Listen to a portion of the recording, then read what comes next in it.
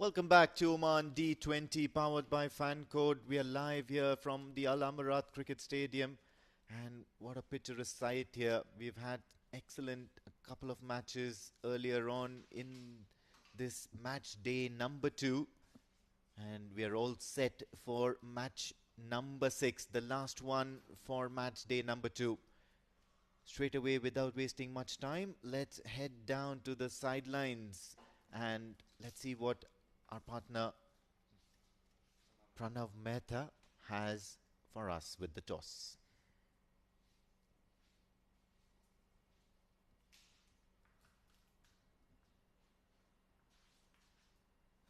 It's toss time here at the Oman Cricket Academy.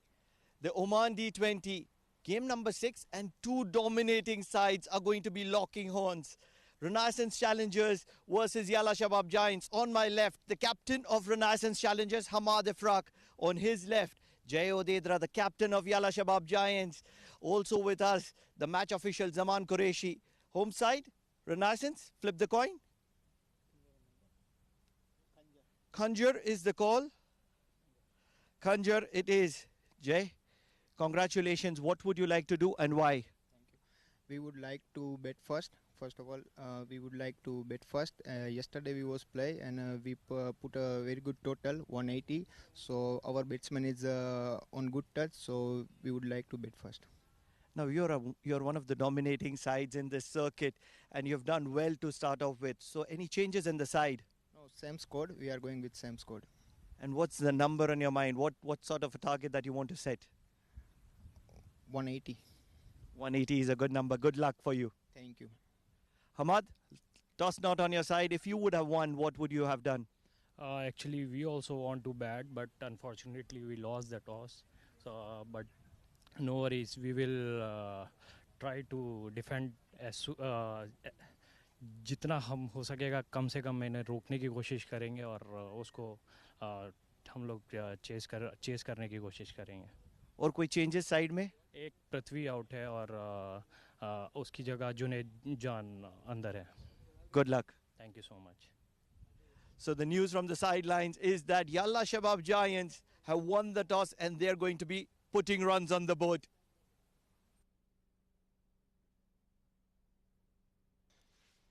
Yes, of course, that's the news from the centre, or rather the sidelines, and Yalla Shabab Giants have won the toss and elected to bat. Quickly running you through the lineup: Hasnain ul Wahab for the Yalla Shabab Giants, Jay Odedra the captain, Mohammad Sami Kargil, Mujibur Ali, and he was absolutely lethal in that last game, Sai Shiv Narayan, Super Sanju Sajeev, Shah Faisal was excellent with the ball in hand, Shakil Ahmed, Umair Shakil picked up quite a few wickets last night, and Zikriya Islam, Zoeb Amanat will open the batting. Renaissance Challengers, on the other hand, Amanullah Rafiqi, Asif Khan Pathan, Hamad Ifraq had a great game last afternoon. Ibrar Hussain, watch out for him. He is a new face out here in this Premier League. Muhammad Rafi, Nadeem Khan, Sufyan Mahmood, Syed Amir Shah and Usman Ali Rafiqi. Joining me in the comm box, Mudassir Ali Qureshi. What do you have to say about these two sides here? One with a win in their first game, one with a loss. What's their setup looking like? They had a good start, Yalla Shabab Giants, young side. They're up against Renaissance Challengers, who are down and under after their loss. The previous night they were in a comfortable position. They bowled quite well, but not able to chase down the target of 124. So batting is a big concern, the department for Renaissance Challengers. Now it's up to the bowlers. Can they bowl as they bowled in the first game? Bowling at the right channels, an attacking field, a slip, a catching gully, point cover, mid-off. Towards the top side there is a deep third, and towards the leg side deep fine leg, short mid-wicket and mid-on. And it will be Rafi, the left-arm fast bowler. And he's going to be up against Zoeb Amanat, who knows how to play just one way, and that's attacking cricket. He is such an excellent striker of the ball, loves playing proper cricketing shots and utilizing the power play to its fullest. Covers straight into the hands of the fielder Nadeem, but he wouldn't mind that. There's no run as of now. Early days in this tournament, and they would love to bounce back. Quite interestingly, it was Hamad Ifraq at the toss. No Sufyan Mahmood. Well, certainly in the side, Sufyan Mahmood, the de facto captain is Sufyan Mahmood, but I guess this is some sort of a psychological, motivational rather, incentive for performing well in the previous match. Hamad Ifraq and Renaissance Challengers normally does that throughout the tournament, over the course of the tournament. Whenever you perform well in the previous match and you don't get a chance or not get recognized with it, you send in somebody else as the captain. They've done this tactic in the previous tournaments of D series as well. Otherwise, Sufyan Mahmood, probably the de facto leader. 1-0, opening the account for the Yalla Shabab Giants, courtesy that bunt towards fine leg. Then as a captain, you are in a danger zone. If your teammate performs well, then you're losing your captaincy. Well, it's optics. It's all optics.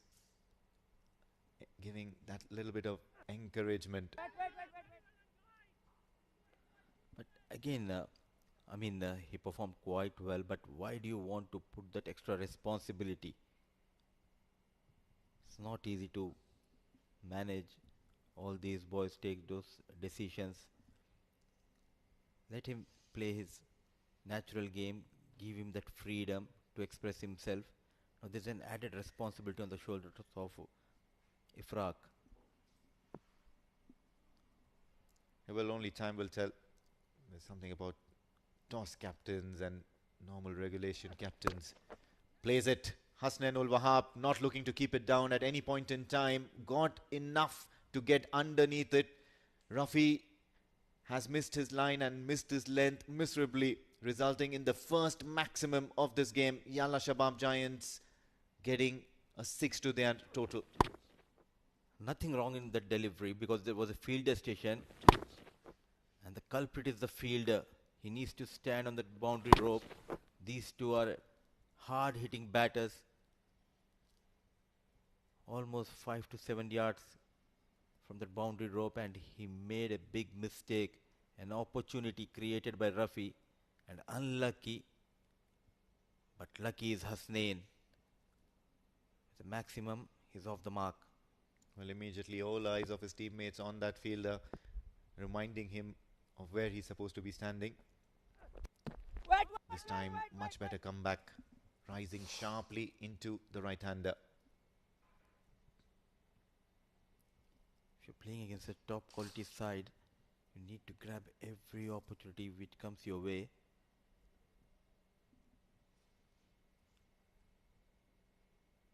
Left hand, right hand combination. Both are in rich form. With the bat, Hasnain and Zohaib. Zohaib got a brilliant 50. The previous outing for Yalla Shabab Giants in this tournament. Full delivery, missing all ends up. Hasnain ul Wahab looking to throw in the kitchen sink on this very last delivery of the first over. So mixed bag of results here for both the teams in action. Yalla Shabab Giants after first are 7 for no loss.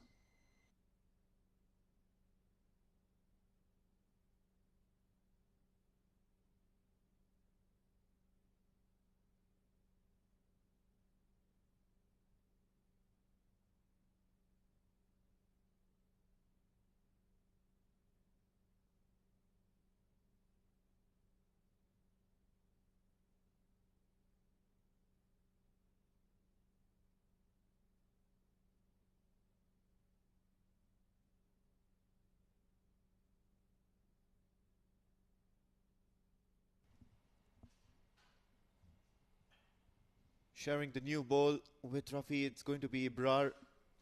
And he certainly made inroads into a very, very profound batting attack last afternoon. And watch out for this young gun here. Bowls the right line and length. Has a very bit of nagging military medium pace, but then it's that line and length that's very important and he knows how to maintain it accurately. He had a good start. Yesterday got that big wicket of Jatinder Singh. If I'm not mistaken, he started with that wicket of Ashish Odedra.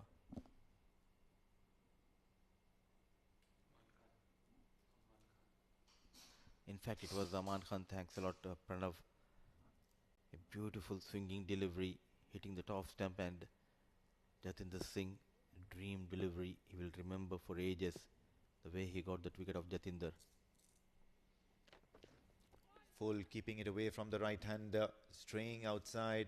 Hasnainul Wahab at the moment, I believe, has just one thing on mind, and that's to see ball, hit ball. He'll have to do much better than that. Especially with that pace and the amount of swing available, it's not easy to take on Ibrar unless and until he bowl a bit fuller. Coming in from the Oman LNGN, this time wayward, hint of swing available. Some early exercise for the umpires, indicating wide. Slow proceedings at the moment. Yalla Shabab Giants 9 for 0. Hasnainul Wahab and Zoeb Amanat got off to a flying start in the previous game against Muscat Thunderers. All of a sudden it did seem that they were going to amass much more runs.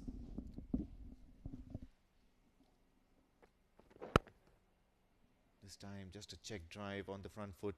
No runs, no damage done.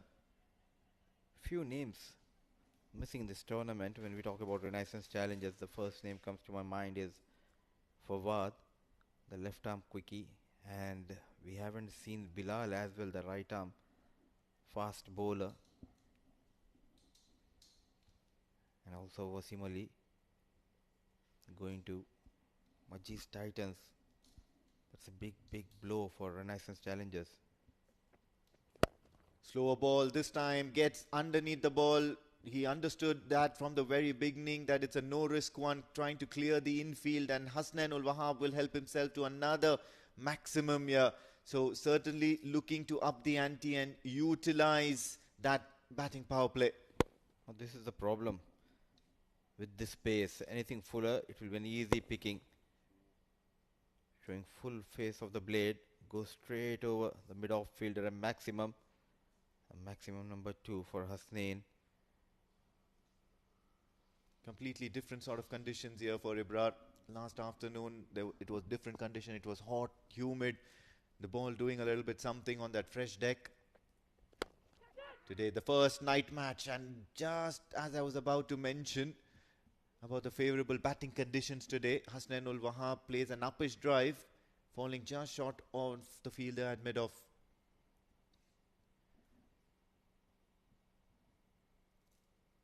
Very important to keep your cool in matters like these. This is a good batting surface today. Since morning, you've seen plenty of runs being scored, and being scored in a very attractive and entertaining manner, as a matter of fact. Full toss. This is poor here from Ibrar, losing track completely.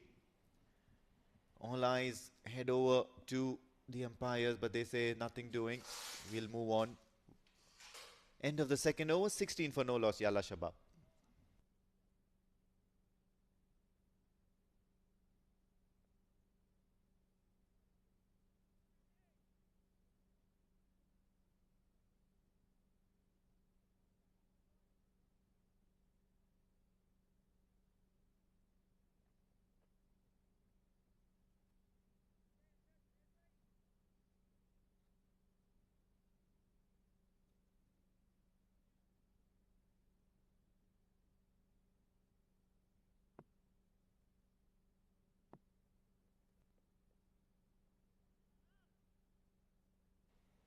Continuing from the Oman tail end, it's going to be Rafi for Renaissance Challengers.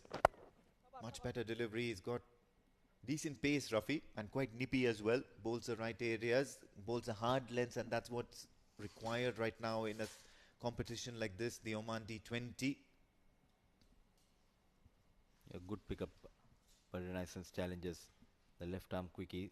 They don't have the services of Fawaz, so they have got Rafi. He bowled quite well that first over, created an opportunity which went for a maximum.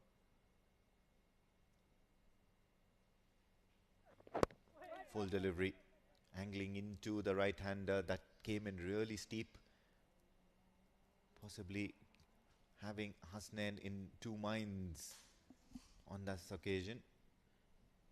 11 deliveries, 13, just 3 scoring shots, couple of maximums, then a single, played 8 dot deliveries, that too inside the power play. Need to rotate the strike. I know he's a power hitter. At the same time, he also needs to make sure to keep that scoreboard moving. This time once again trying to charge down the track, and he'll have to be watchful of his position after playing the delivery as well. The keeper has tried to have a shy at the stumps nearly 2 times now so far, looking to catch Hasnain ul Wahab off guard. Excellent piece of bowling. I mean, that too inside the power play. 3 back-to-back dot deliveries. Variations are key on this surface. Not much help for the fast bowlers, as we saw on day 1. But he has a good skills as a left arm quickie. This time once again bangs it in short. Something certainly there for the quick bowlers, especially if you know how to use it. Rafi is extracting a little bit of seam movement out of it. Yes, he's getting the bounce, but then along with the bounce, when he's hitting the ball, it does get a little bit help from that seam. Coming in sharply to the right-handers. You can see already 4 balls and not a single run scored of it.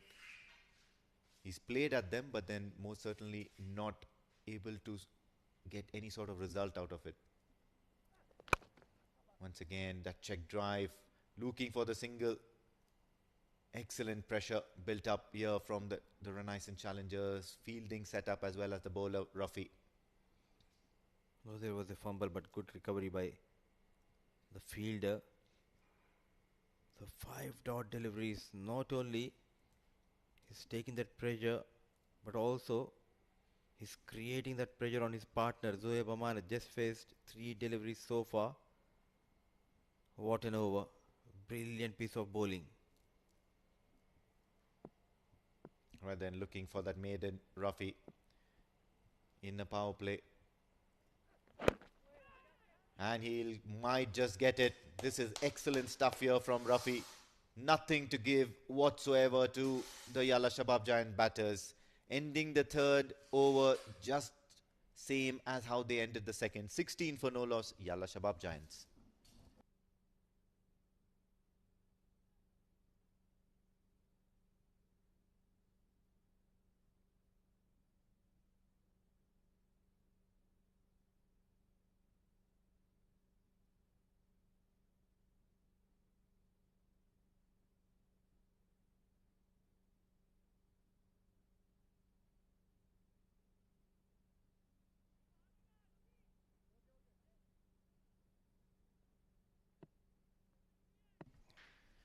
Ibrar with his second over. He went for 9 in his efforts in that second over that he bowled. Works it away towards the onside. Maybe a little bit of pad onto it rather than the bat. Zoeb Amanat knows how to score quickly. All he had to do was just guide the ball somehow or the other to get a few runs. A couple, as a matter of fact, to his name. 2 leg by signal by the umpire. Now, what sort of cause and effect relationship is going to be in play, especially for the Yalla Shabab Giants, seeing that third over go for a maiden?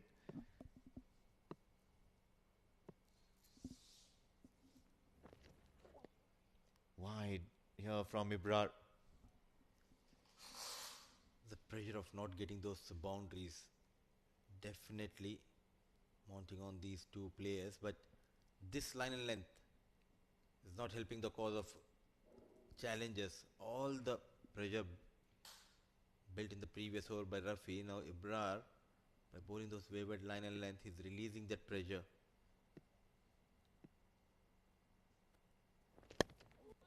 Looking for that wild swing over mid-wicket. Long chase for the fielder, but I think he's not able to reach it in time. The ball shall win the race. At the end of the day, it's going to be a boundary to the name of Zoe Bamanat.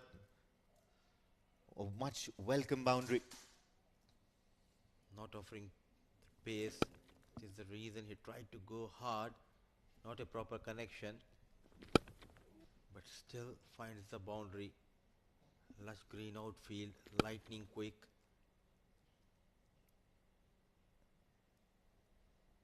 A much needed boundary from the blade of Zoe Bamanat. This time full and picked it up in style. Falling just short of the fielder. Only a single. So now looking very, very comfortable, and they should be targeting Ibrar more often than not now, especially Hasnainul Wahab, because there's certainly one way this man knows how to play, and that's to go hammer and tongs at the bowlers.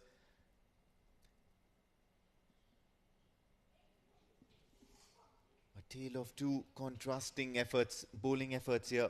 One from Ibrar, leaking runs, and one from Rafi, keeping it neat and tidy.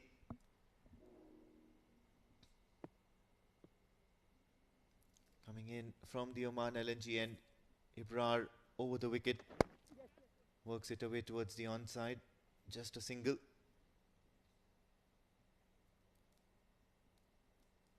Nine runs so far. They need a wicket here. Though they have played a maiden over the previous one, getting runs in this over, can they find couple of boundaries? So far it's a dead start, keeping in mind these two are an attacking batters. Credit should be given to the bowling unit, both the bowlers, especially Rafi.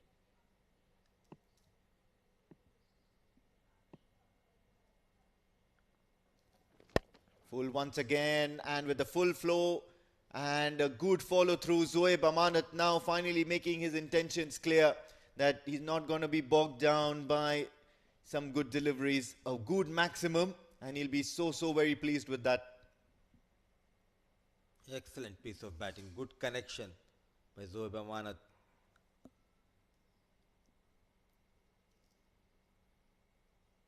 No swing available, and with that pace you cannot trouble Zoe Bamanat. It was in the slot. Look at that, good pickup shot here. Waited and dispatched towards that corner for a maximum. What a hit.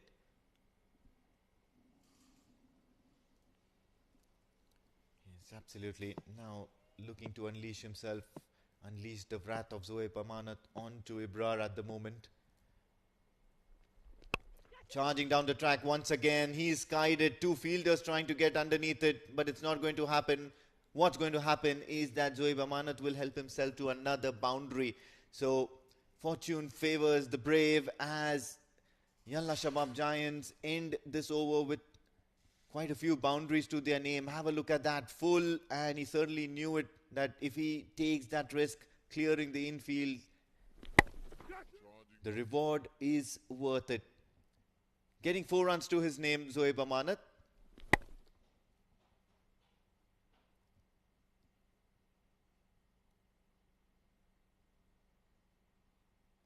End of the 4th over. Yalla Shabab Giants are 35 for the loss of no wickets.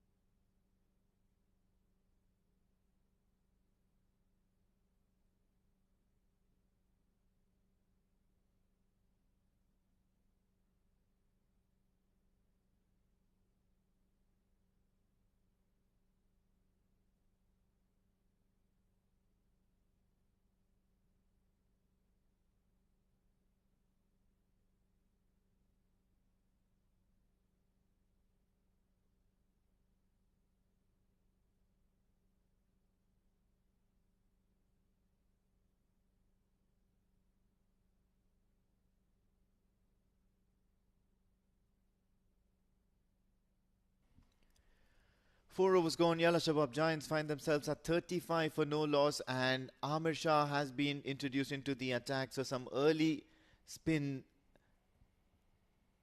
for the batters to deal with, and boy oh boy, he strikes first ball. Amir Shah, the change, working in favor of challengers. Just a couple of maximums and not able to rotate the strike. Hasnainul Wahab, he departs here. Wanted to cut, just not able to keep it down the ground and played straight into the hands of, in fact, Toppage towards that short third. And first casualty, Hasnainul Wahab managing 14:35 for the loss of one.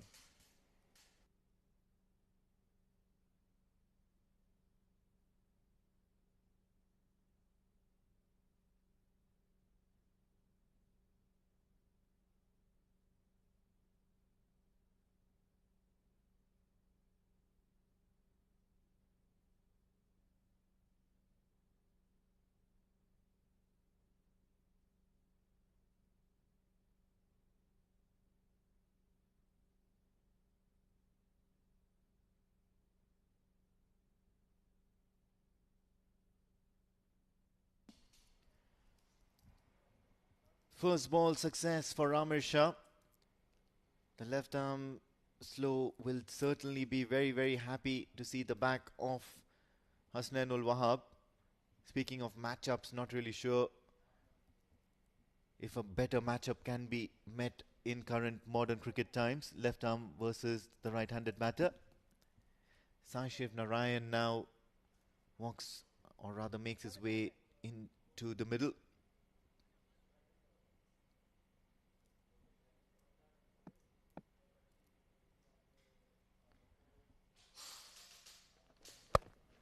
Looks to cut in a more similar manner. Hasnainul Wahab nearly throwing his wicket away in that occasion. Pressure of playing that maiden over. The very next delivery after that over which he faced, got out trying to go big, not in control, wanted to cut hard. I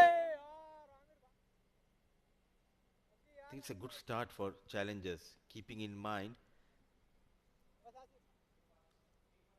the very aggressive batters, especially Zohaib Amanat, not able to take off the way they did yesterday.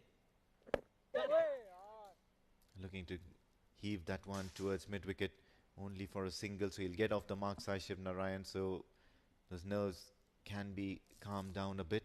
Zohaib Amanat, on the other hand, an excellent last over. It certainly took Ibrar to the cleaners. Couple of boundaries and that maximum, and then there was strike being rotated. Somewhere down the line, the batters did seem a little busy. And now it'll be very interesting to see how he treats Amir Shah. Immediately Amir Shah coming over the wicket.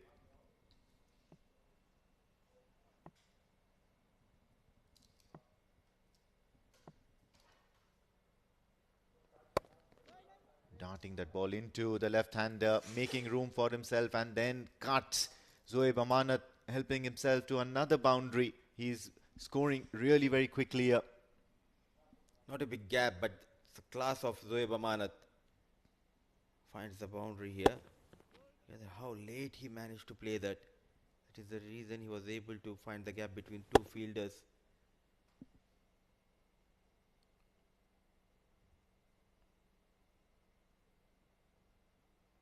Absolutely clinical stuff here from Zohaib Amanat, continuing from where he left off last evening. Once again tries to cut, this time around was a tad bit slow. The ball kept low. End of the fifth over. Yalla Shabab Giants are 40 for the loss of one wicket.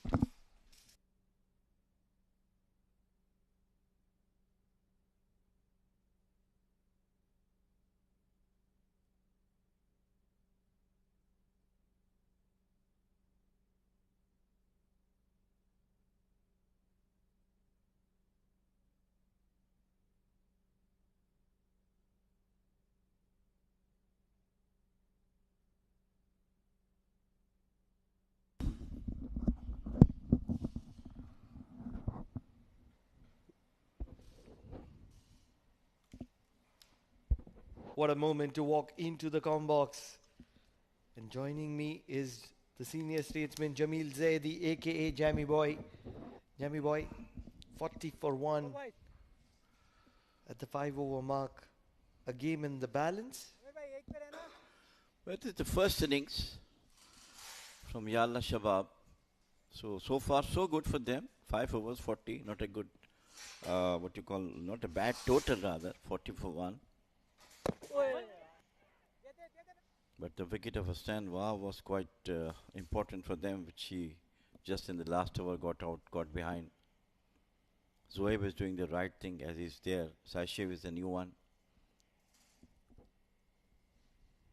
I hope this could be a good match compared to the 2 matches we had in the morning. It was a one-sided one, and the second was also almost one-sided, but at least some fight in the dying stages of the game brought 150 for IAS Invincibles. So some kind of discussion between the umpire and Hamad Ifraq.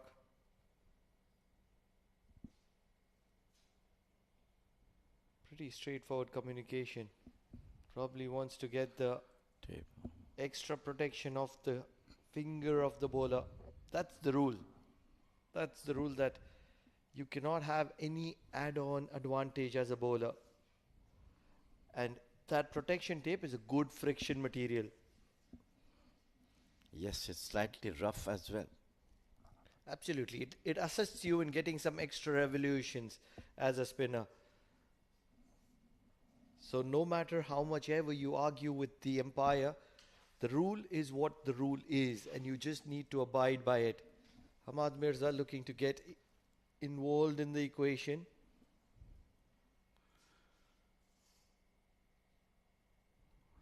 Come on, guys. That's the game on. Listen to the supervisors of the game. This is pretty much unacceptable. The discussion can go on and on and on. All that matters is we are back to the game. Nadeem, he's a brilliant bowler.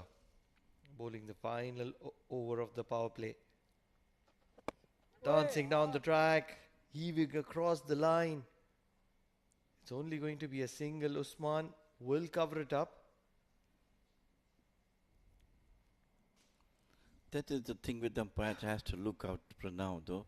The free ball goes to the deep mid wicket, and from there, instead of sending into the hands, he just 5-6 bounces and then go to the bowler. That is not acceptable. And just as I told you in one of the previous games, this has been a strategy for most of the teams. They want to get the shine of the ball. They want the reverse swing to come into play. They want the rough to come into play. Shot pulled. There is a fielder in the deep. It does not matter because it's wide of him, indicating it's a boundary. Umpire feels it's a maximum. He's going to give it as a maximum. Zohaib Amanat continues to impress here. It was short, bad delivery, and he rightly picked it up beautifully. A replay will give us a good evidence of what happened here, because there's still a discussion happening whether it was a boundary or a maximum. Pretty close, too close for comfort, but it was certainly a maximum. Zohaib is a very, very good player. Always among the ranks for the team. Cut well. Add 4 more runs to the account of Zohaib Amanat. He's making it look so simple at the moment. And Renaissance challengers just don't have an answer here. Well, of course, the bowler is not bowling well, and he's taking full advantage of that. Of course, the timing is absolutely brilliant. Look at that one. Just picked the gap nicely to the cover point boundary. No one there. 4 more runs to the total. This is looking in absolute brilliant form, Pranav. This is one player that I'm waiting to be seeing at the big stage. Not really sure when he will arrive, but he's played a couple of matches for international matches for Oman, I believe. I don't think so. Big heave. This is what happens when you go against the umpire, and that's where you lose the confidence. This is absolutely unacceptable from Renaissance challengers at the moment. It's very disrespectful. It's quite close. Impact outside the off stump probably. That's the only thing that could have saved Zohaib Amanat. Well, that was good comeback from him after getting one maximum and one boundary by Nadeem. But what a potential. Zohaib Amanat, very good player. Especially of the spin. Big shot, straight down the ground. No fielder there. He's making a merry right now. And at the moment, Nadeem has no answers whatsoever. 15 runs off that over. 6 overs done. 55 for the loss of 1. Yalla Shabab Giants, and they're in complete control here. In his arc, and you just don't want to be doing that. Zohaib is too good a player to be missing out on that. What a moment it is here. 6 overs, 55 for the loss of 1.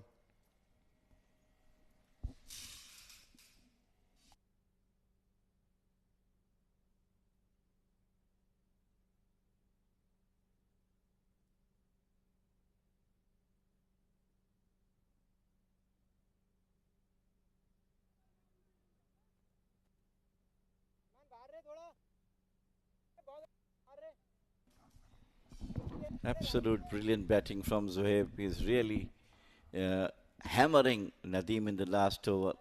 2 boundaries and a maximum.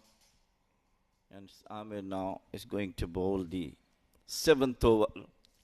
Very, very good total as far as the power play is concerned. 55 in 6 overs. I tell you, Jamil bhai, I've been mighty impressed by umpire Barani Shashidhar. This is professional cricket, and as professional cricketers, you're trained to put pressure. You're trained to take advantage, and he stood tall and he stood strong.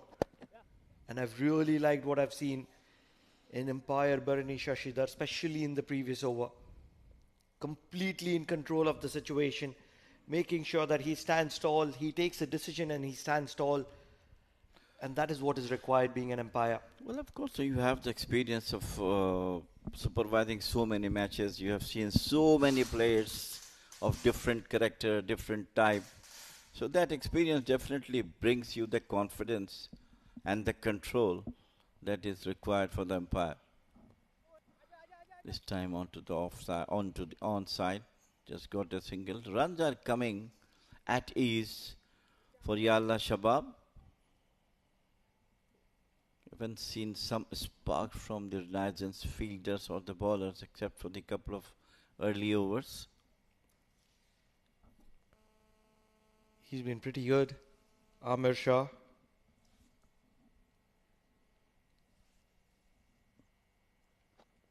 Dancing down the track. No chance whatsoever. Saishiv is a busy player. He's not got the kind of start that he wants. 3 of 8 at the moment, but he's a very, very talented batter. Now, currently, he knows that Zohaib is doing the job for his team, so he has to be a bit calm and give admirable support like Jay Odedra has done today with Jatinder Singh. So he's doing the right thing. Once the time will come, he might be coming with the same way that Jay had done today. He's a good batter. Very good batter. Technically very, very strong. Dancing down the track. Downtown. One bounce into the hands of the fielder. Rafiki at long on. And this is what's different between Yalla Shabab Giants and the other teams participating in this competition. They go all guns blazing. Every batter comes with the intent. And that's only because they bat really deep. The other thing is they are more professional, more combination is excellent like Muscat Thunderers have got. And that give them the result. This time try to heave it and finally he has a last say. Ahmed got the wicket of Zohaib. Tried to smash it over the mid wicket and the wicket was down. So first, second blow to Yalla Shabab. It's a lucky wicket.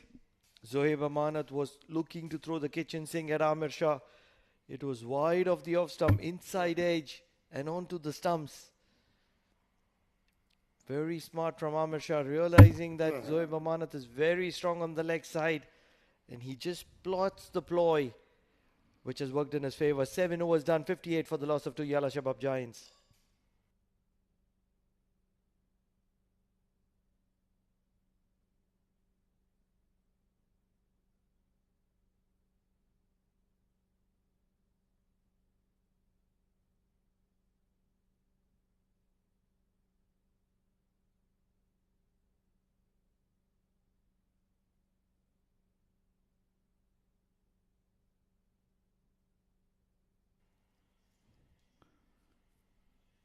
There is so much depth of Yalla Shabab batting, and income Mujibur, another excellent player,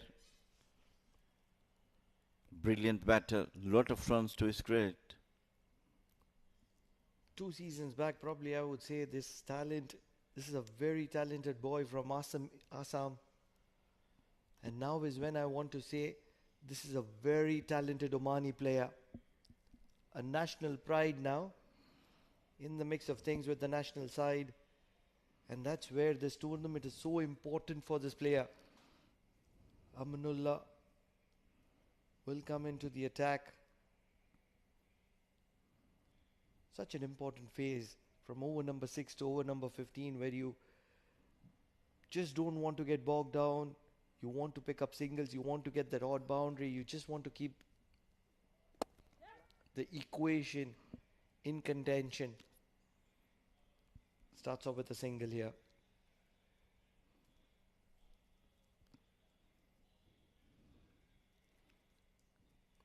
Certainly, they are in a good position at this moment of the game. Over number 8 is in progress. They have good runs on the board, almost 60. But that wicket of Zohaib was very, very crucial. He played on to his wickets. That's what happens when you're trying to hit the ball hard, and you can't take it away from him, because that is the thing that has got him all that success. And he, even on a different day, he will continue to do the same. Looking to push it through. That is a dropped opportunity. They're appealing. Well, I think umpires too had to look for the third umpire. What a brilliant effort, absolutely brilliant effort in the strips. Though a bit late he dived, but we'll have to see whether the ball was in hand or it's touched the ground. Not really sure what happened. It all happened really quickly. I thought Hamad Ifraq has dropped that catch, but he's claiming it. Oh my goodness me, I don't believe they're celebrating that. Wonder what has happened there. It is the pressure of captaincy probably that is getting the better of Hamad Ifraq here. What are we viewing here? Well, some, unseen situation at the moment. It was friction of a second. The ball came into the hand and then popped out. Again, how he grabbed, that's the area where third umpire has to see. This is really poor from Renaissance at the moment. Can't really believe it. There are situations when the player doesn't know that he's held on, or he hasn't held on. But on this situation, he's the captain, he's leading, he's supposed to lead from front. And this is not setting a good example. Look at what happened here. Rafiqi, the bowler. And look at how clearly he's dropped it. It hits him on the chest. It goes on onto the ground. Absolutely unwanted, unnecessary, clear drop catch. Oh, there's something else as well. The bat. Look at the bat. What has happened here? But luckily, bat didn't hit the wickets. Not really sure. We would probably want to have a little bit of more visuals here. If the bat dropped on the wicket and the bails are off, then of course You never know. Look at the amount of action that is happening here in the Oman D20 powered by Fancode. It's so difficult to keep track of it. Oh, it's the red light. Probably it's hit wicket. Yes. That's what has happened here. And we've probably missed the action. We've been blaming the captain for everything just when the cause of dismissal was something else. So credit to Renaissance where it's due. Amanullah picks up a wicket here. And they're back in the game. Mujibur, the big man, is going to be going for the first ball duck. Valuable wicket, very valuable wicket. And of course, the way it has gone out, it is totally, unbelievable. Absolutely. For a moment, I thought he was claiming the catch. No, they were asking for the wicket. Again, if they can show us.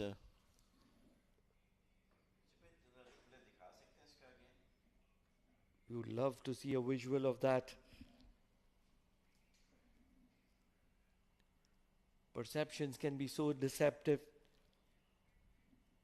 Need to be so apologetic to the captain of Renaissance. We were blaming him for taking the catch, or rather claiming the catch, just when the mode of dismissal was something else. But anyhow, it's a wonderful over. Look at that. Now we'll have to see from here how close it was. Oh my goodness gracious me. Oh, and it dislodges the bail. This is what I was trying to tell you. We never witnessed that. Never had the visual of it. So it's an opportunity for Yalla Shabab Giants to work under pressure and restructure their innings now. Because the danger man Zohaib Amanat has gone. Mujibur, who came in as his replacement, goes for a first ball duck. And all of a sudden, Yalla Shabab Giants, 60 for the loss of 3. And now they'll have some restructuring to do here. I reminded you one thing, the way he got out at wicket. If you remember the test between India and England, Siraj, you remember? How he just played the ball and he never knew it came through the legs and hit the stumps. Oh, you never know in the game of cricket what happens. It's a funny game. Sai Shiv 6 of 11. All of a sudden he's looking to spend some time in because 3 wickets all of a sudden going down in quick fashion. Oh, he's bowling a good line. Amanullah is bowling a very, very good line. Finishes off with a dot ball. Just 4 runs and the prize wicket of Mujibur. 8 overs done, 62 for the loss of 3.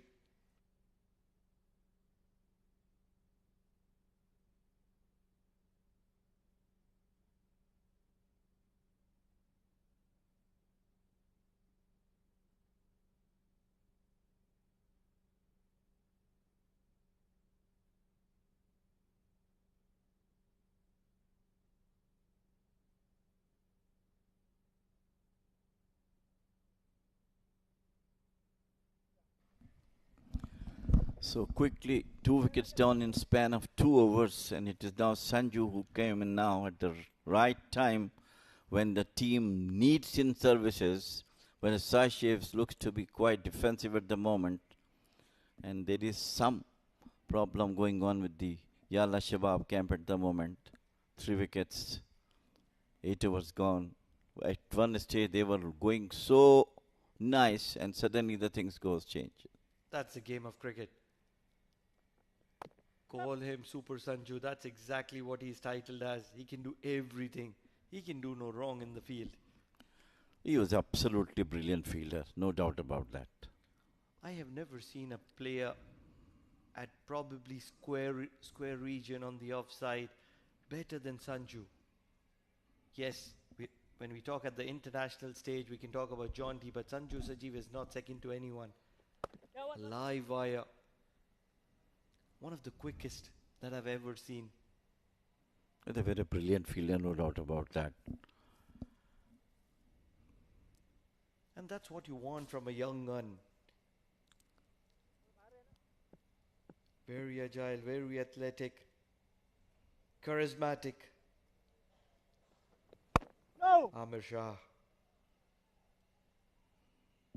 He's been one of the pick of the bowlers for Renaissance. He's picked up 2 of those wickets. 2.3 overs, 2 for 10. That's brilliant, brilliant figures.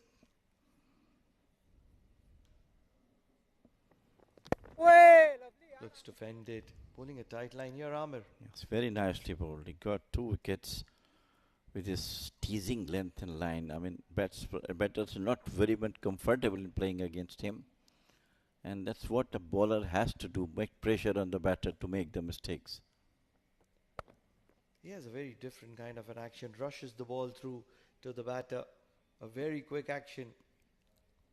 And he likes to bowl those quick overs, probably 1.5, 1 minute 40 seconds. And that's where he's a big asset for any captain. Saving the time.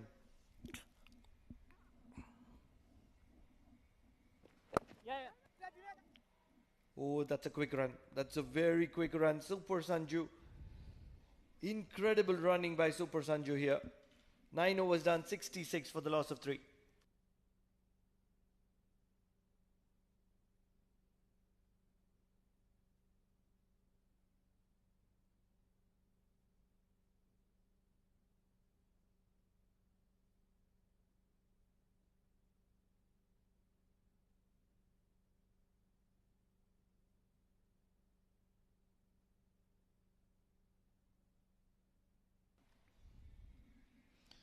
Amanullah will continue to bowl.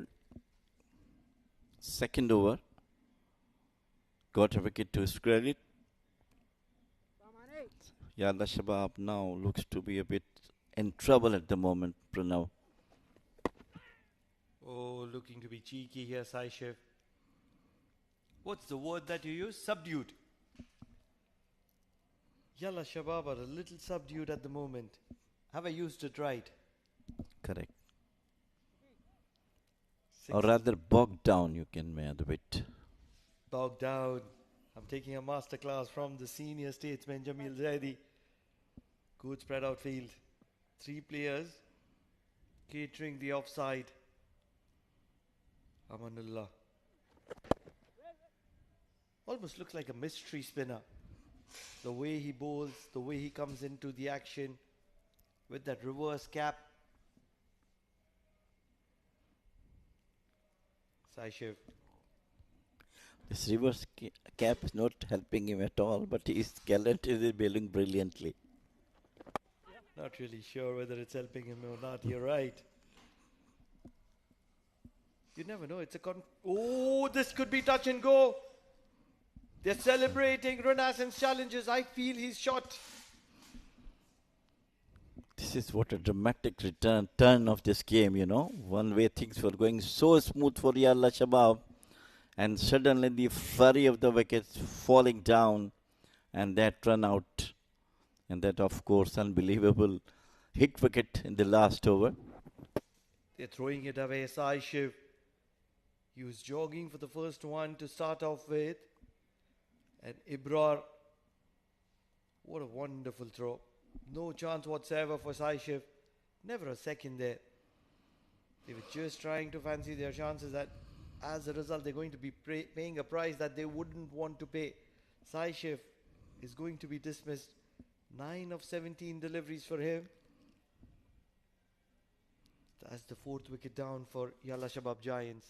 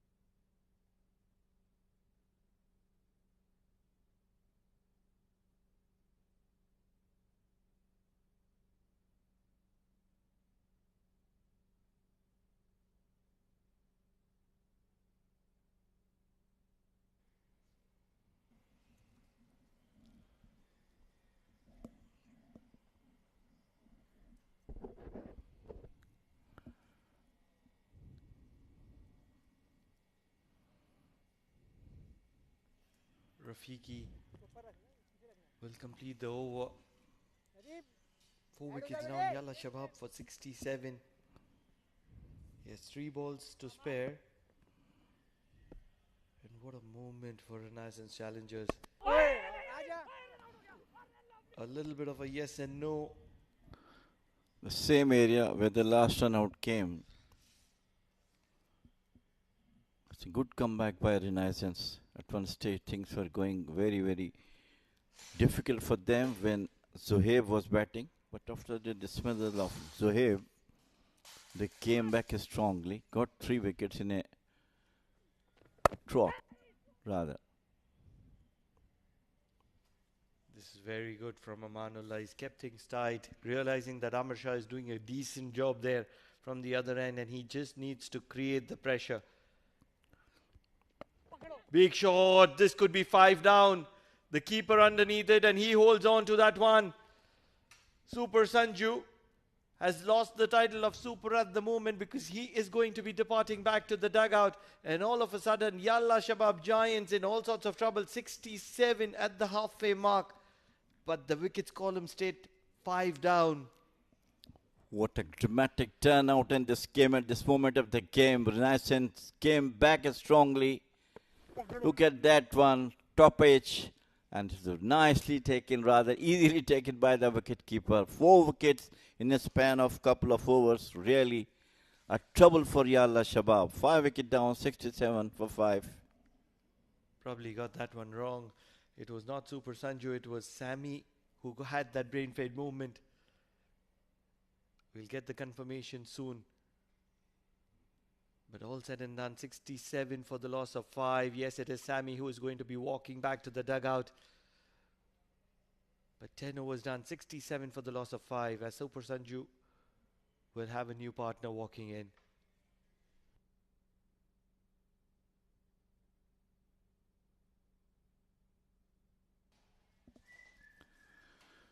Joining me at this crucial stage of the game for Yalla Shabab is my co-commentator, Amin.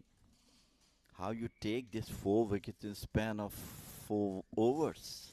Yeah, well, certainly they're moving around in a spot of border here. The Yalla Shabab Giants. Zikri Islam joins Sanju Sajeev out there in the middle, and the moment he joins, he wants to head back just for a change of bat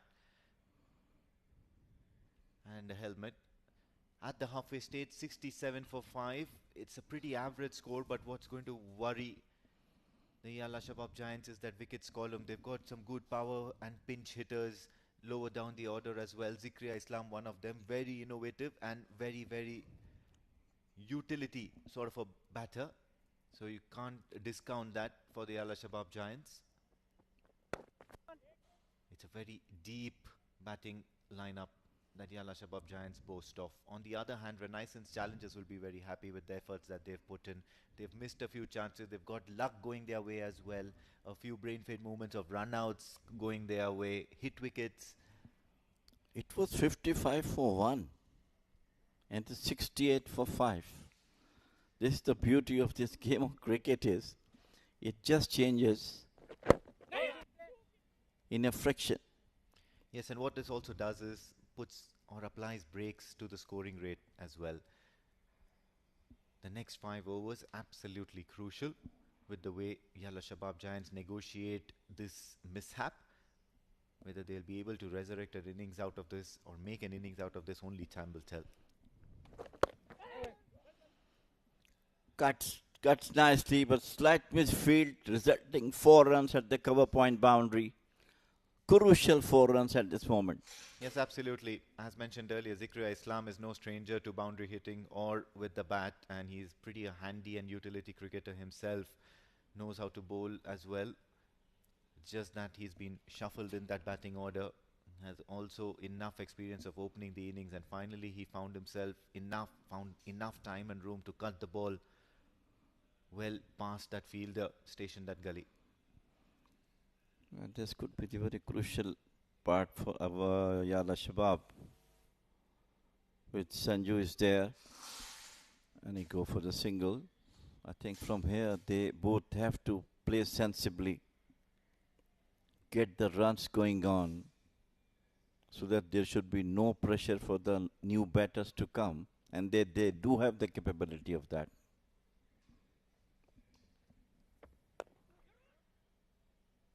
Punches one down the ground for a single.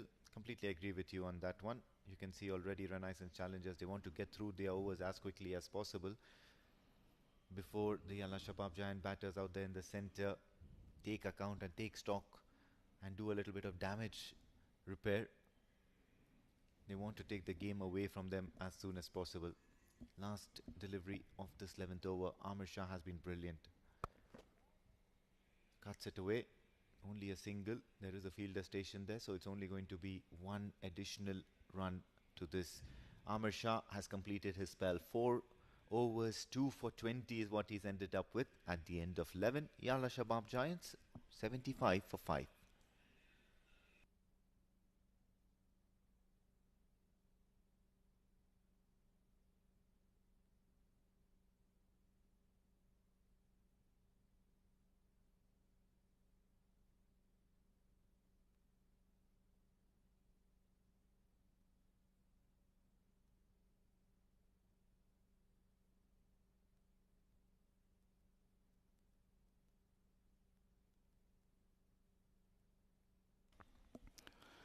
We talking about the professionalism of the teams. In the morning, we have seen Muscat Thunderers. They do have a professionally team, and Yalla Shabab also is one of the team which has got the combination, and they do have a professional approach, and the players will also know what to do at what stage.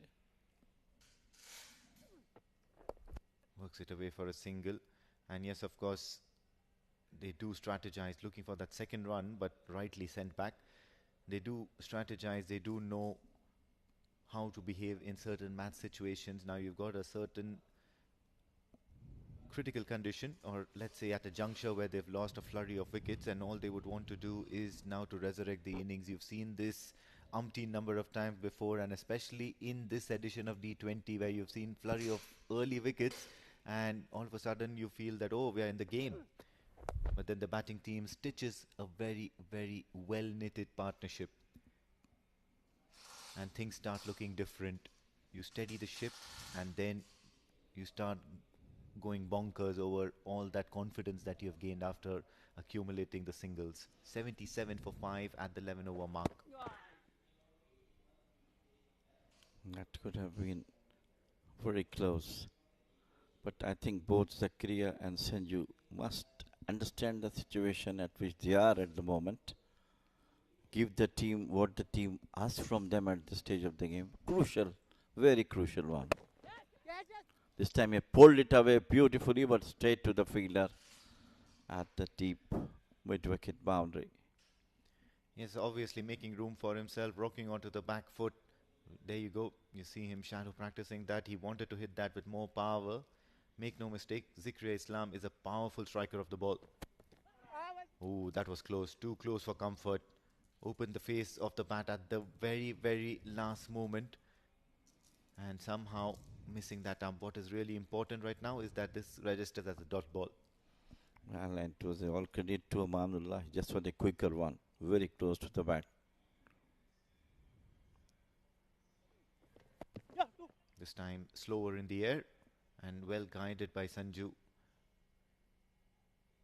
Gets a couple of runs to his name to end the 12th over. Yalla Shabab Giants are 80 for the loss of 5 wickets after 12.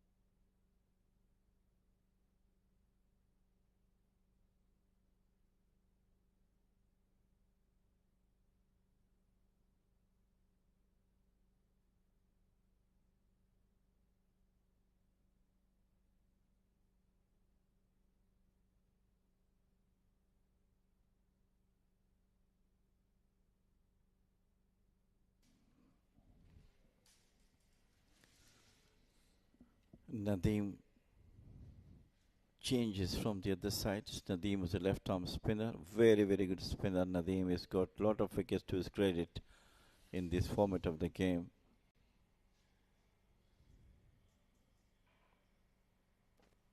Big shot towards the onside. A fielder stationed there. Asif Khan Pathan makes no mistake. Nadeem, who went for nearly 15 in that first over of his, was taken out of the attack and now strategically introduced back to make amends and strikes straight away. What's important is that they're seeing the back of Zikr Islam, who can be causing trouble at any stage. Yes, it was a brilliant attempt, rather. Asif Khan has no move, just stay on the his position and got the catch. And what an important wicket Nadeem has taken. That is off for Zakaria. He looks to be in so much control at the moment. The moment he came, start playing his shots, cuts, and then puts the boundaries to his credit. So now again, Yalla Shabab is in deep trouble. 80 for 6.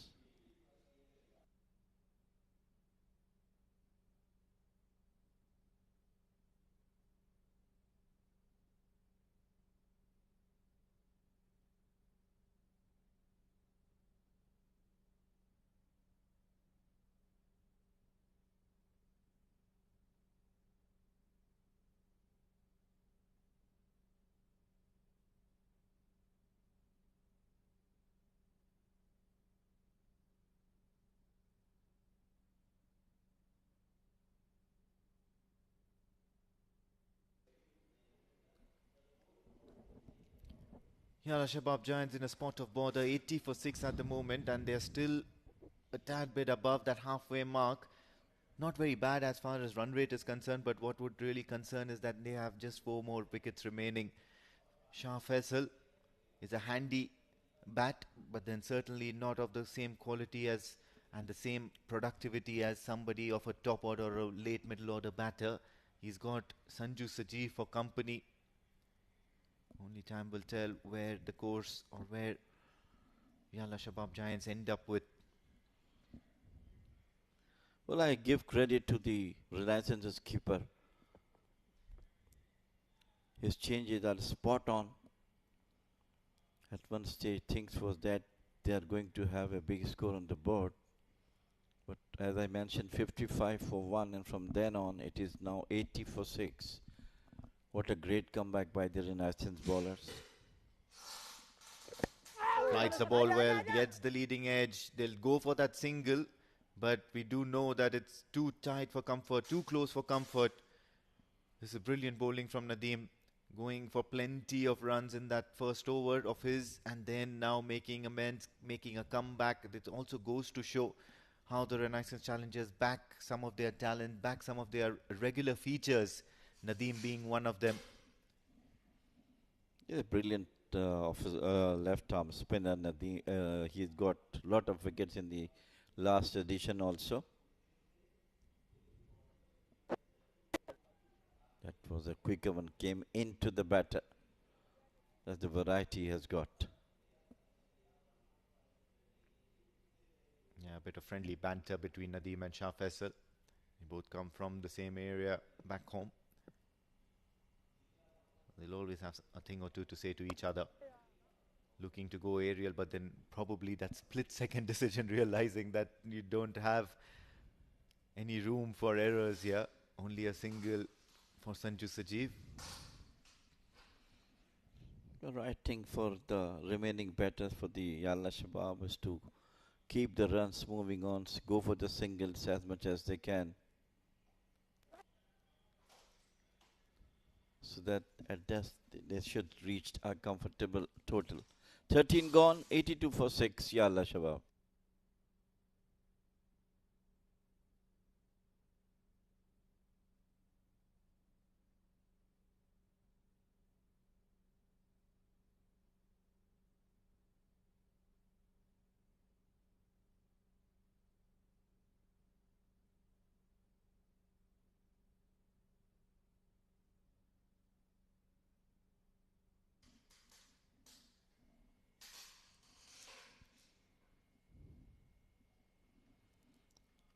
Nadeem bowled 2 overs, got the wicket of Zakaria. And brilliant bowling from Oman Fiki. He's got 2 wickets for just 10 runs in 3 overs. Magnificent figures for any bowler to bowl on. Well, absolutely. He's having a dream outing with the ball. Amanullah Rafiqi deftly caught, running that first one hard, but I think he'll get much more than just a single or a double. Good effort. Sufyan Mahmood putting in the dive, body on the line. Couple of runs added to the total for Yalla Shabab as well as Sanju. Yeah, just opened the face of the bat. There was no slips, and they ran 2 good runs and a great effort by the Sufyan Mahmood also to save 2 runs for his team.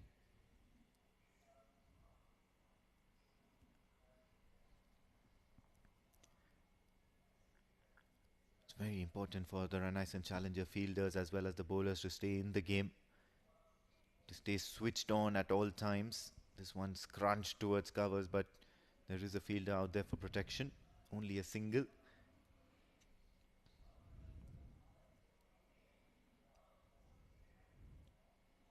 Two contrasting matches we have seen today. One in the morning, it was all one-sided. And second one also almost one-sided. But finally at least 150 runs been scored by IAS Invincibles. And one stage it looks that they will not cross 110 and 20. Planting that front foot forward, straight into the hands of the fielder, that shot. Faisal Shah is probably a batter who will be looking to just contain himself, try and stop the damage. Rotate strike at every possible moment and let Sanju Sajeev farm most of the strike from here onwards. There's still plenty of time. Make no mistake, this total does seem to be a total that could be going in excess of 120 if Yalla Shabab Giants play it right, and then they will back their bowlers to protect them and defend the score that they put up. And that's the right way to go. Just rolled over the wrist and got for the singles. Keep the scoreboard ticking on, which is vital for them too.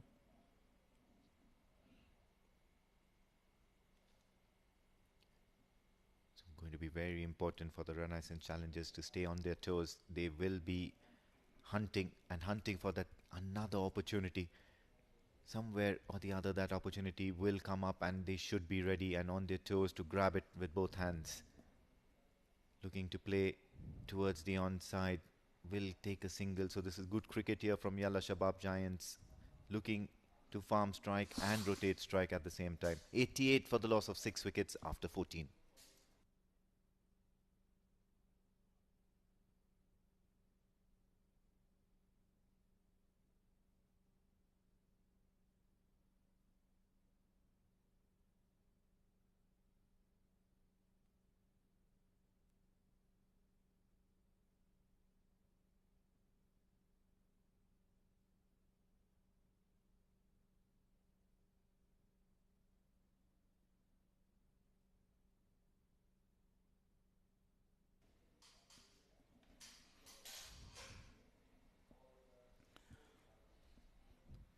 Faisal has to play a big role at this stage of the game.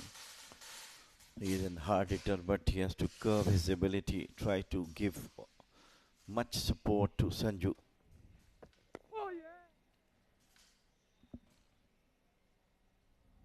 Deem will continue.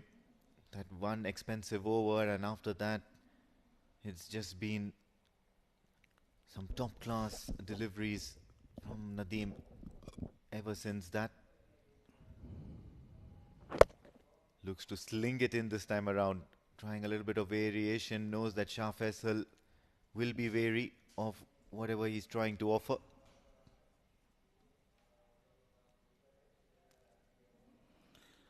At this stage, I think spinners has to toss the ball in the air to get the wicket. Either ask the batsman to come down the wicket. Slight misfeed at the short cover. Results 1 run. Now each run is of course very, very valuable for Yalla Shabab.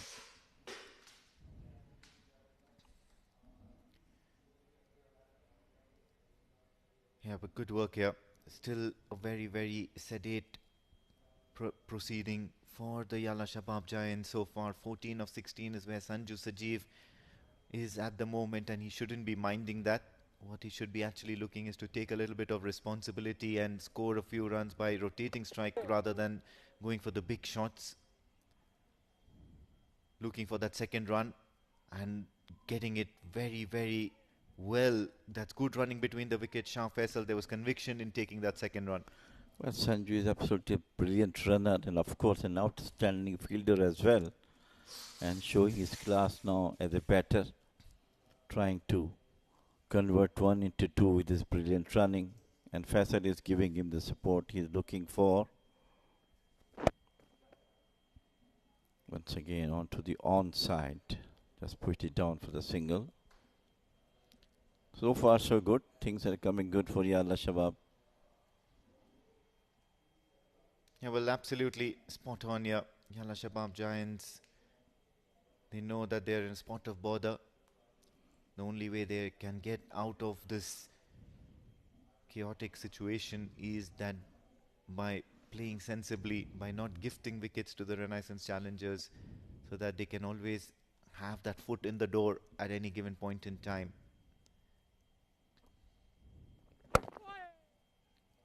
Plays it off the back foot, but to no avail. Good end to the over. Renaissance challengers still turning the heat on the Yalla Shabab Giants. 92 for 6 after 15.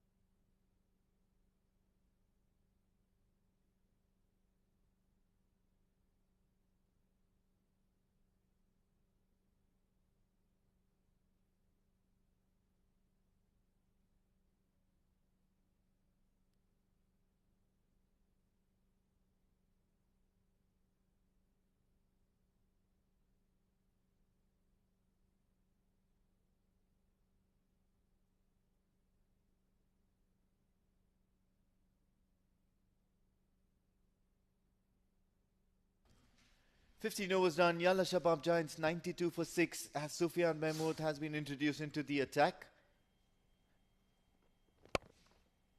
Driven well. Sanju Sajeev realizing an opportunity to run a couple of runs there, placed it strategically in that gap, so that's a precision shot that he's applied. Very, very smart cricketer Sanju Sajeev, knows how to bat according to the situation. And he'll make sure that Yalla Shabab Giants will be out of trouble. At the moment, 94 for 6. Not a very convincing score at the moment. Well, I think Sanju is playing him.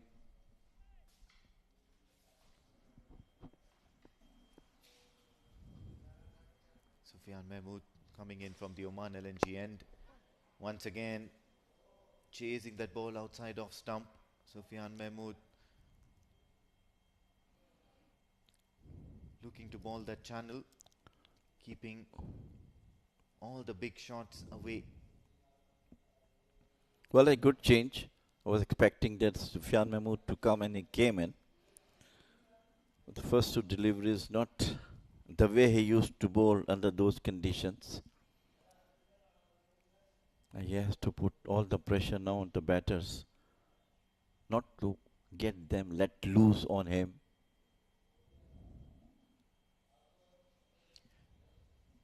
Shah Faisal, on the other hand, will be getting constant advices in his ears about how he is supposed to be approaching his innings. 4 of 10 deliveries, but then this game isn't, or the scenario isn't about getting a healthy scoring rate at the moment. Bowled him, Sufyan Mahmood. What a champion of a bowler. Always looking for a breakthrough, targeting the stumps and making sure that he sees the back of Shah Faisal. Going for a big shot here, Shah Faisal, and rightly so. He hits his helmet with the bat. He knows that he's done no good over here. Disappointed with himself, and he must be. But who's going to be really happy are the Renaissance challengers and Sufyan Mahmood. Well, wicket number 7 down. It is Shah Faisal. And once again, Sufyan Mahmood came in, got the wicket. 95 for 7. Yalla Shabab.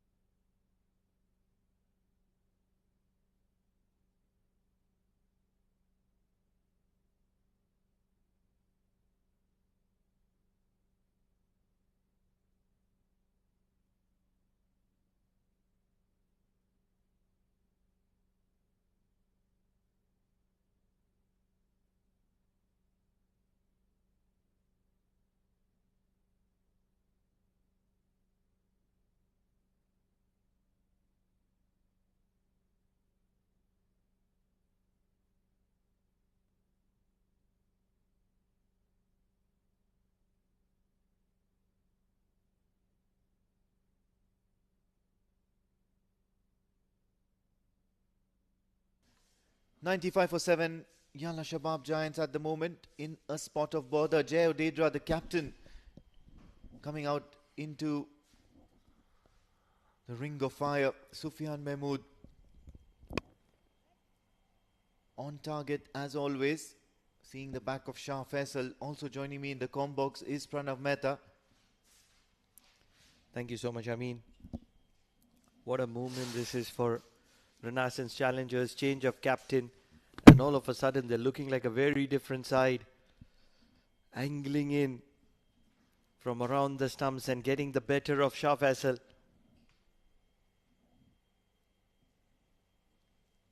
15.4, 95 for 7. These are not visuals that you're accustomed to see against Yalla Shabab Giants. Looking to play that flashy drive. But then you do expect certain sort of behavior of this sort from the lower order batters. Shah Faisal hung around for nearly 12 balls. He was in that zone of trying to block everything and allow Sanju Sajeev to farm strike. You can see that from Sanju Sajeev's efforts as well, 20 of 20. But then finally not able to resist. Wouldn't be wrong in saying that Renaissance Challengers is one of those sides that are a bowling dominated side. They like to get things in control with the bowling department, and that's exactly what's happening here. 16 overs done, 97 for the loss of 7, and they're still fighting a battle here.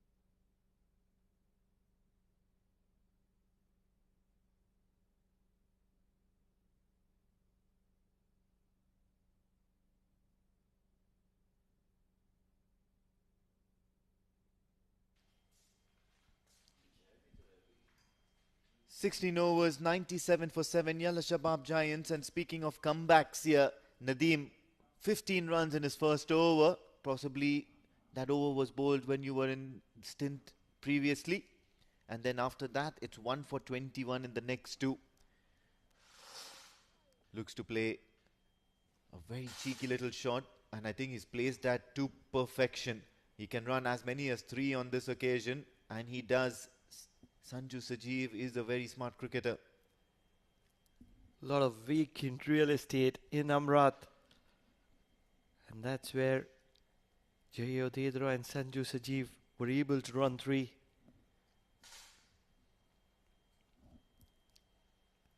That's a tense dugout. They're not accustomed to seeing their team 100 for 7. with just around 4 overs to go. Nadeem into his final over. Jay Odedra is a handy all-rounder. Can he make sure that Yalla Shabab Giants get close to 140 and stay in the equation, because this wicket doesn't have any demons in it. Well, absolutely. Good track to bat on. And Nadeem, at the moment, 2 consecutive overs. He's managed to pick up a wicket, effect a run out. He's been there, done that, done everything. And just have a look at that. Sanju Sajeev unable to connect on that. He's trying all sorts of variations, Nadeem, at the same time. One of the balls he tried to bowl a slingy sort of a delivery. Flicked on the pads. They're very quick between the wickets. They're going to be pushing for the second. And a little bit of a misfield allows them to do that. Asif Khan Pathan, the culprit on this occasion. This is very good running between Jay Odedra and Sanju Sajeev. Well, absolutely. That's where they need to tighten the screws. Renaissance Challengers have done well so far. All they need to do is to nip these runs in the bud. Works it away towards the onside again. This time only a single. A similar looking shot. The previous ball went for 2 runs and now they want to take that single. Probably goes you to show that Sanju Sajeev wants to farm most of the strike. This is exceptional. Real exceptional stuff from Renaissance Challengers tonight. Oh, a big heave. There's a big appeal for stumping. And I believe it's been sent upstairs. Jay Odedra will have his heart in his mouth for a moment here.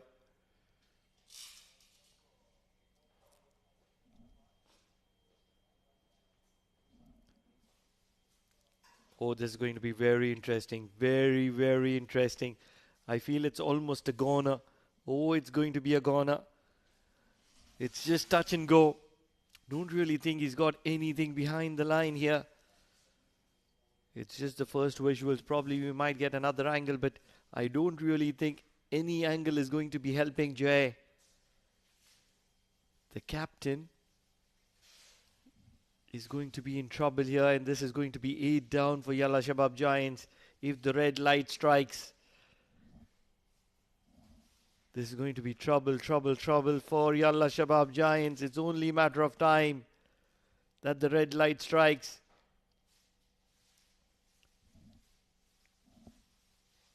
I'm pretty much certain that, oh, that's the red light. They will applaud, they will appreciate. But what Nadeem has done is that he's given that final blow that Yalla Shabab Giants did not want. And what that has done is that the captain is going to be walking back to the dugout. And it's serious troubles for Yalla Shabab Giants as they're just around the 100 mark and they're 8 down with just around 3 overs to go.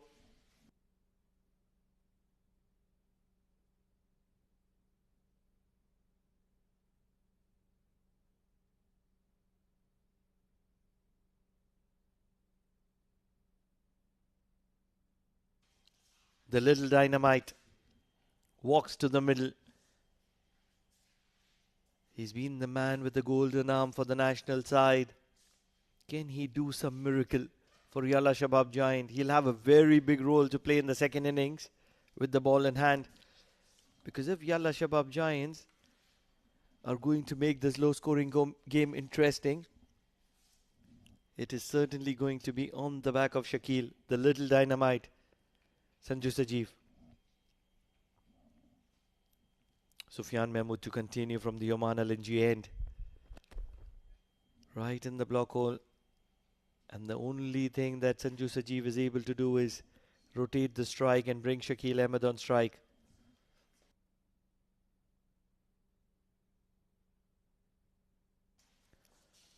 He won't have any other option than to trust in his partners because there's still a lot of time. 17 ball. 17 balls. 105. Equation in favor of Renaissance Challengers. Well, equation is in favor of the Renaissance challengers, but then we did mention this earlier that the Yalla Shabab Giants are a professional side. They do know their game plans and they do know what's expected out of each and every player that come out there in the center. Sanju Sajeev has already been displaying that, and now Shakil Ahmed, one of the regulars in the Oman national team as well, will have some idea about how to deal with situations like these. Mark my words, you might end up seeing Yalla Shabab Giants around that 120 mark very soon with the remaining deliveries in hand. If they get to 120, 125, they're certainly going to be making a match out of this. Because that's the last thing that Renaissance challengers want to see, is that Yalla Shabab Giants crawling to 120, 125. Well, mind you, Shakil has played a lot of low-scoring games for the national side. Oh, that's a sweep. This is brilliant stuff.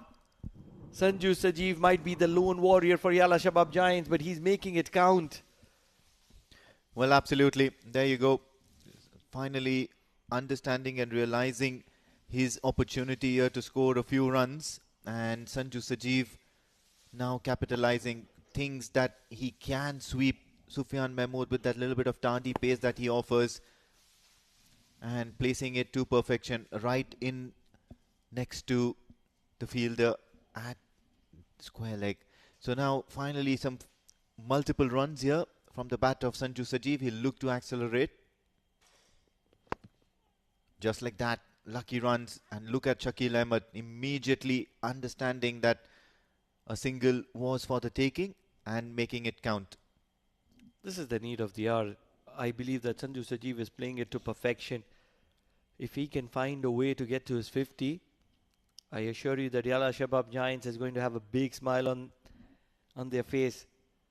At the moment on Nelson, Shakil is a handy bat. We do know that he can bat. He does well for the national side every now and then with those small contributions.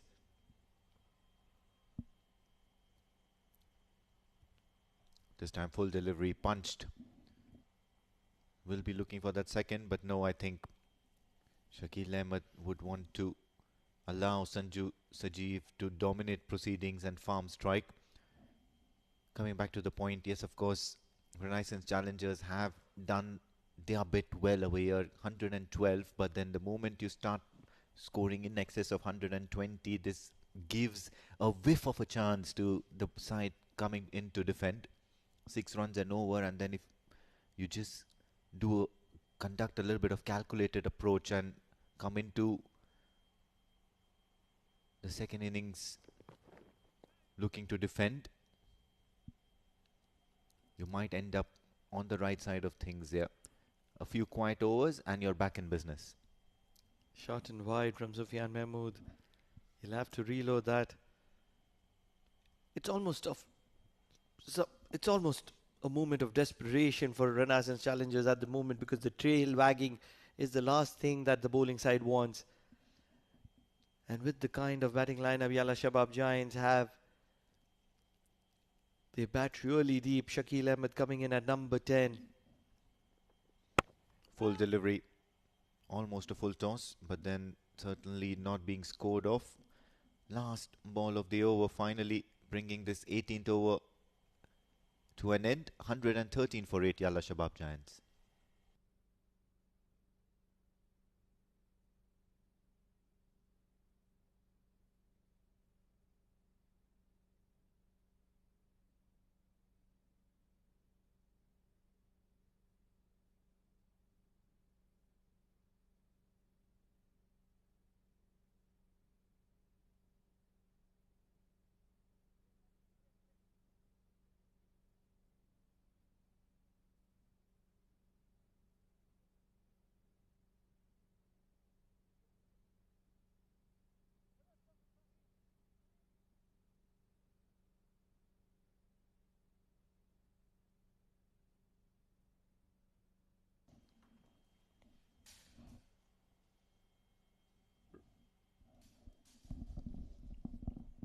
Ruffy to bowl the penultimate over.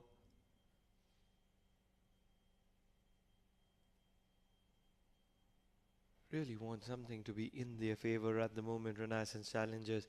They just don't want these final phases to take the game away from them.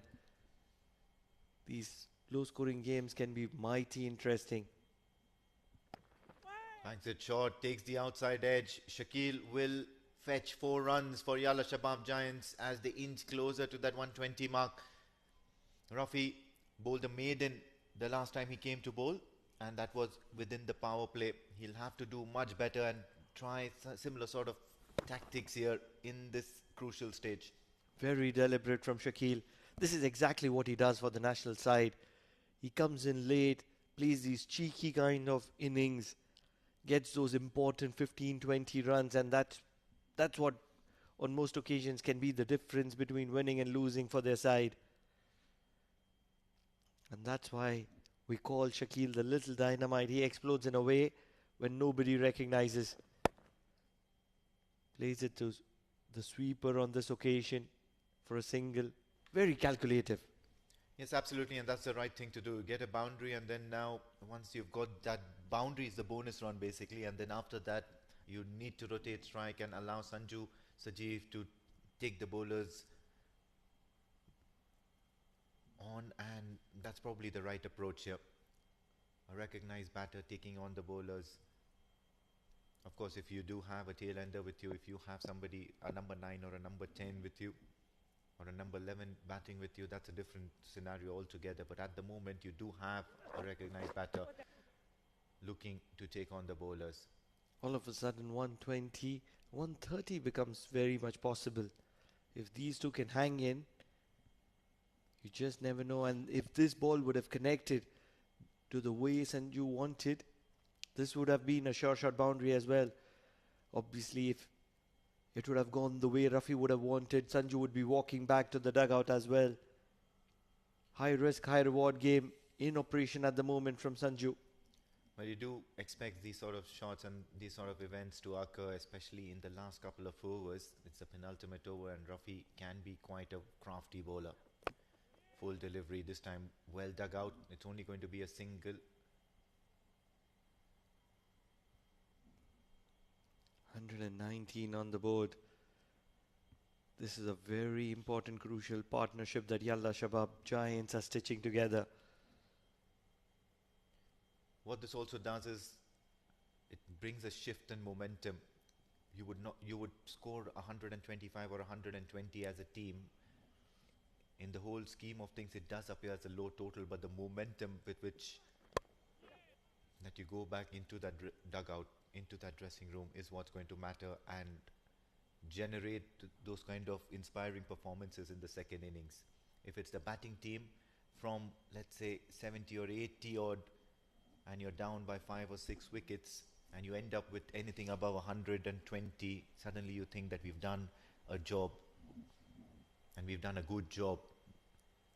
Most importantly, most of those runs would be coming from the lower down the order. Those are the ones who will have the opportunity with the ball in hand. And that's where a higher amount of responsibility will be in equation. Big shot an offer. A lot of height, not a lot of ground. And they hold on to it. 9 wickets down, Yalla Shabab Giants. The final nail has been struck. Sanju Sajeev, the last hope, is going to be walking back to the dugout. 120 for 9, and Yalla Shabab Giants would be feeling that they're giving up on a hope. Well, finally succumbing under pressure, but Sanju Sajeev realizing that this would be the final opportunity to go after the bowlers and succumbing to Rafi. At the same time, that was a good catch under pressure. Amir Shah, he's having a good evening, or a rather good night out in the field with the ball in hand as well as some fielding efforts. Amir Shah latching onto that one. Another wicket down. Yalla Shabab Giants 120 for 9.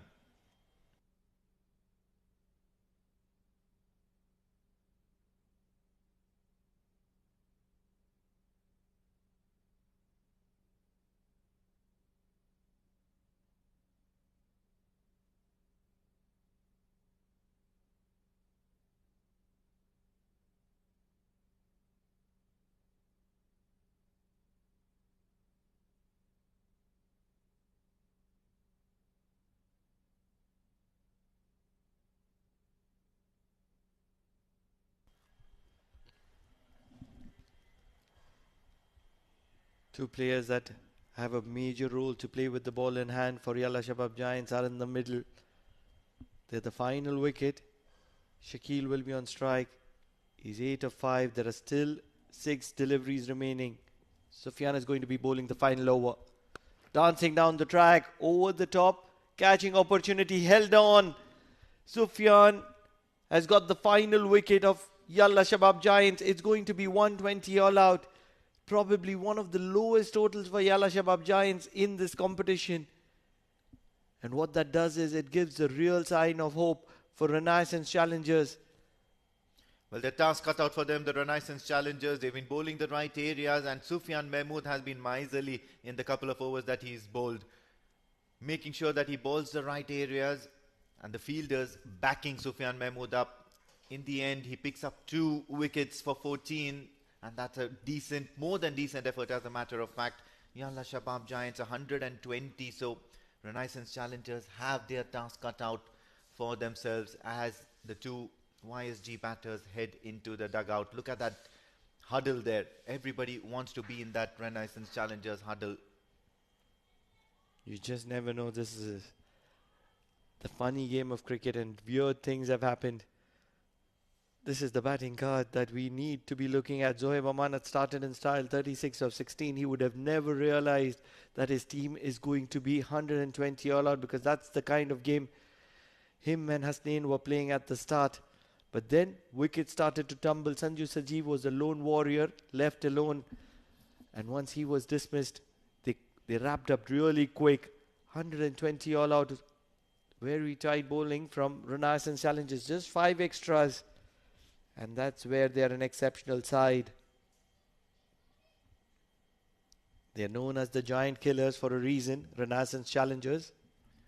As far as the bowling efforts are concerned, Renaissance challengers, Mohammad Rafi 1 for 14 in his 3 overs. Look at that economy rate. That's dream stuff, 4.67. And then, of course, the next name that you would like to see are everyone else on that bowling card except Ibrar Hussain, barring Ibrar Hussain. 4 overs, 2 for 20 for Syed Amir, and he started the proceeding. He started the collapse. Nadeem Khan, 2 for 28 in his 4. That first over went for 15 and then came back strongly. Amanullah Rafiqi, 2 for 16. Look at that economy rate, just 4, and he's bowled his entire quota of 4 overs. So this is a dream match or a dream night for Amanullah Rafiqi. Sufyan Mahmood, on the other hand, 2 overs, and he's picked up 2 for 14. What a night this has been for the Renaissance challengers. They were under the pump to start off, and that's where they have managed to wrap Yalla Shabab Giants.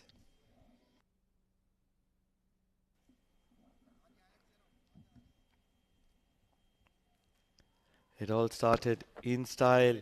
The very first ball was pulled and pulled really well. They started and continued to attack, and they were just doing that very, very well. And that's exactly where Amir Shah got the back of Hasnain, and the collapse started. Zamanat was continuing to impress.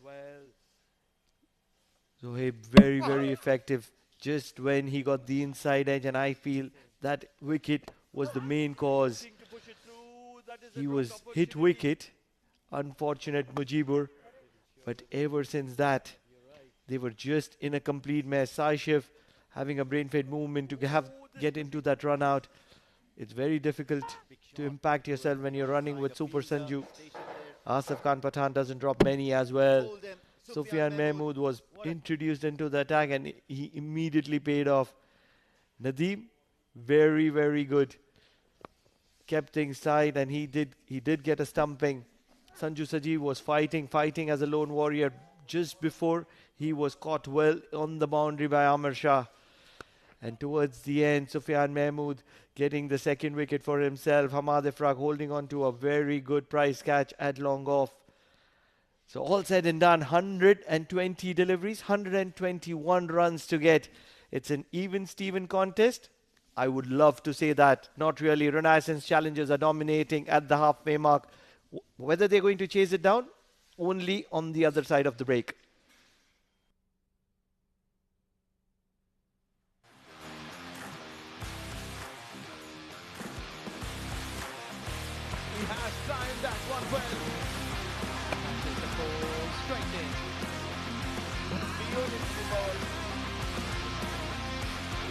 away. Yes, it is.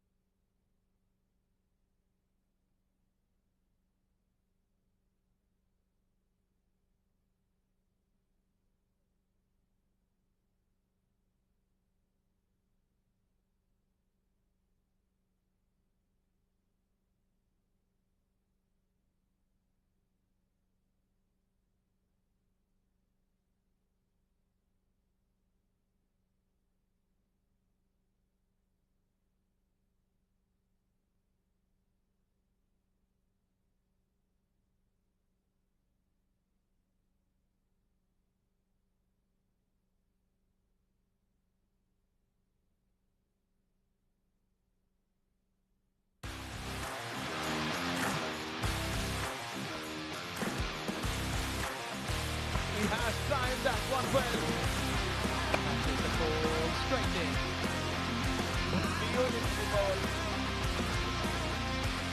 Extra big. Yes, it is.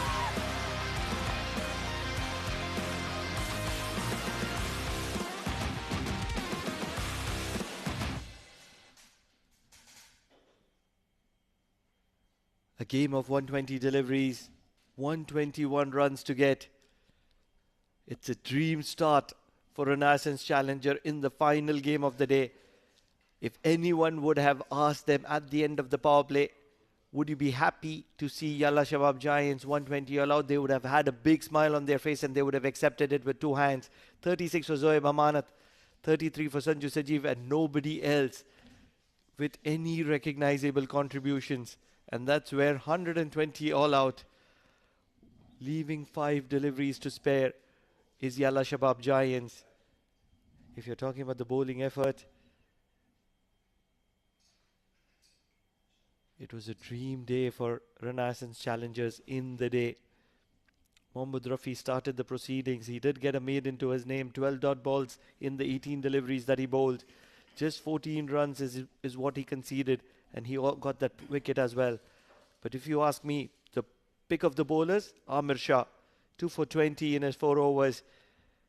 And he picked up 2 very, very important, and that one of that was Zoeb Amanat. 2 for 16 in runs. The pacer. And they'll start off in style with a single to mid-off.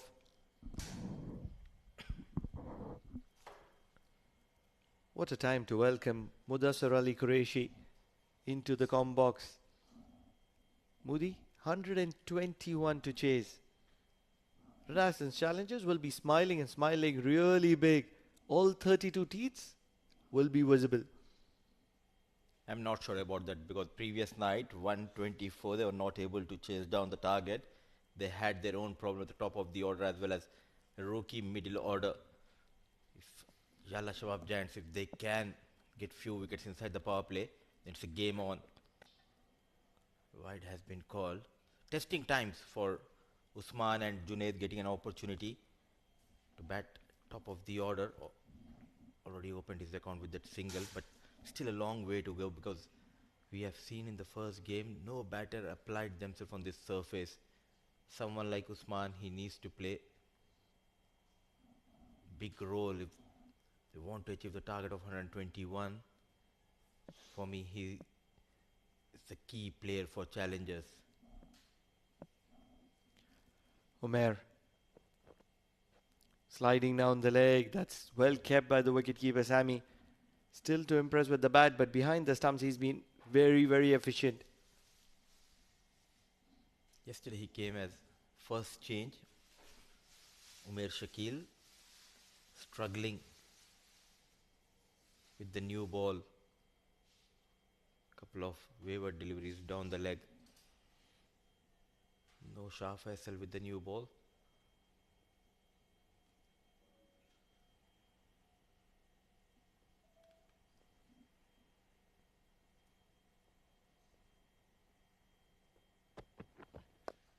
Much better. Yes and no, there's a chance of the non-striker and a lucky escape for Junaid. There was never a single an attacking field setup by J. Odedra. They're sticking with the plan of letting Usman to open the innings. It's been mixed emotions when you have had Usman. He's not been very effective against the pacers. Against the spinners, he's been one of the pick of the batters for Renaissance Challengers. I think he's very good against spinners. And probably one of those most prolific batters. Oh, what an in-swing. He's injured. Umair is exceptional with the ball in hand. He's a big in-swing bowler. And at the moment, Usman needs some medical attention. Doesn't look great. Straight away in pain, Usman. What a delivery by Umair Shakil. Bowling couple of wides. Slightly adjusting his line. Couple of deliveries ago. Now, an excellent delivery. Sharply coming into the right-hand batter.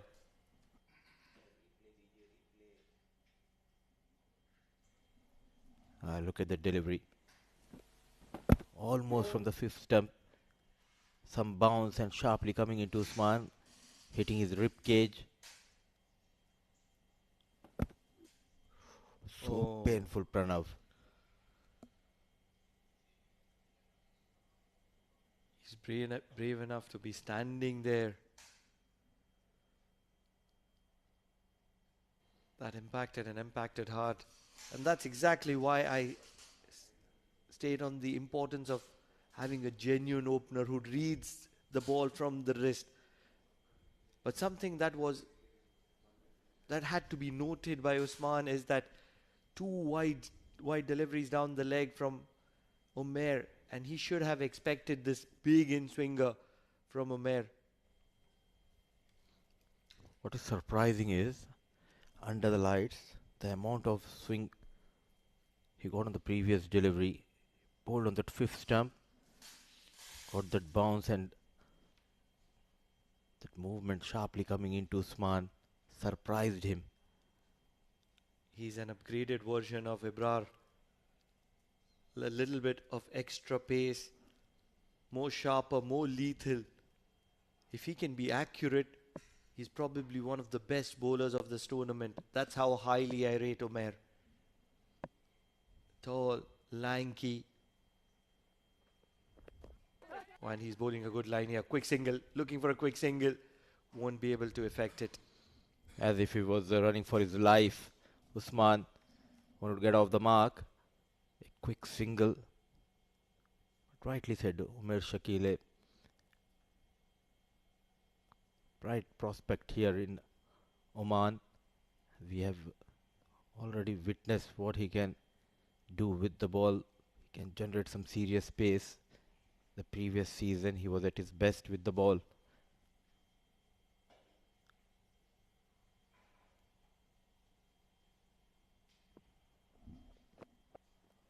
Way outside the off stump. So extras. You are just defending a modest total of 120. And that in the first over. 3 extras in the shape of wides. Junaid Jan is a very experienced player. He's been in Oman for a very long time. He used to play for a team called Raha City back in the day, if I'm not making a mistake. He's been picked by the Yalla Shabab Giants a few years ago. Last year he didn't get, I don't think he got any matches. Very well bowled from Umair. Not only last year, last couple of seasons, he was out of picture. The first time I came here was way back in 2023, and this is the first time I'm watching this lad in Oman, in the D series. Left and right hand combination, and he holds the key. Faisal, the number 12, left arm quick. For Yalla Shabab Giants, they need to strike, they need to get those early wickets. We're in for challenges. All they need is a good partnership. Cut well, finds the gap. Won't get to the boundary because Yalla Shabab Giants are very quick in the field. But in the process, they will get a couple of runs. And this is something that you get with Yalla Shabab Giants. First over done, 7 for none.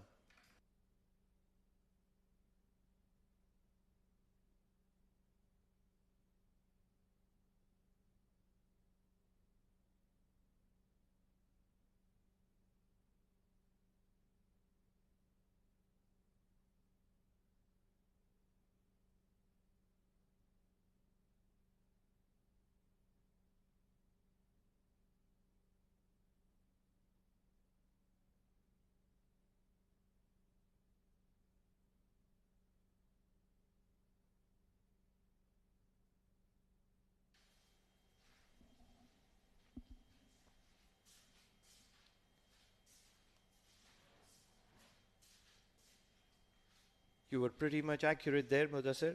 It's going to be left arm pace from the other end. The only problem is, this is a different kind of left arm pace. It's going to be Shakil Ahmed, the little dynamite who's going to be coming in from the Oman LNG end.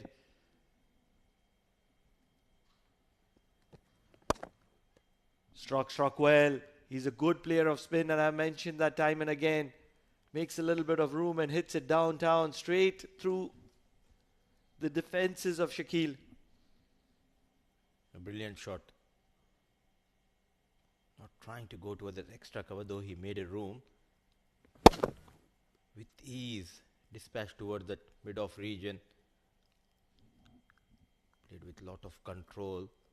So the first boundary for Usman, first boundary for Renaissance Challengers. They need a wicket here. It's the need of the hour, and they have the best bowler to do that.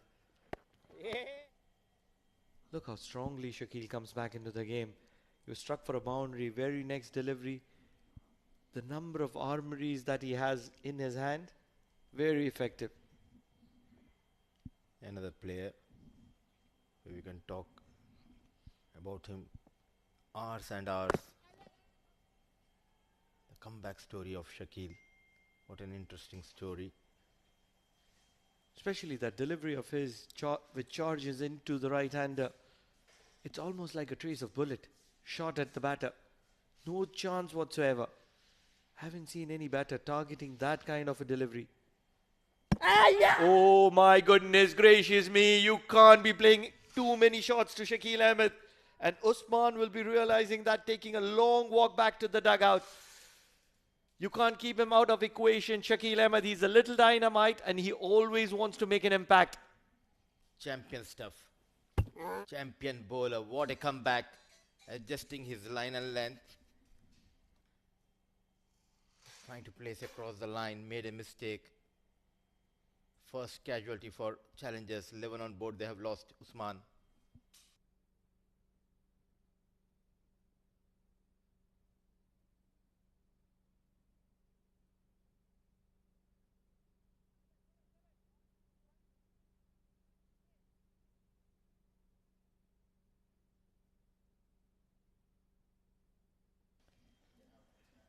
Defending just a paltry 121. The little dynamite Shakil Ahmed, who's impacted with a boundary on the very first delivery, has got the back of Usman. And in walks the man they depend on, the man who is expected to deliver time and again, the man who would have seen a lot of Shakil Ahmed in the nets, is the national wicketkeeper, Hamad Mirza. He's one of the most attacking, most positive players that I've seen in the latest times for Oman. Doesn't bog down. He's come in on one drop.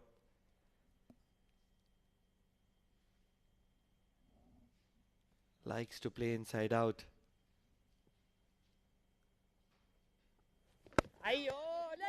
Starts watchfully. And a quick single will allow him to get off strike. I think this is the best option. Allowing Junaid Jan to face Shakil.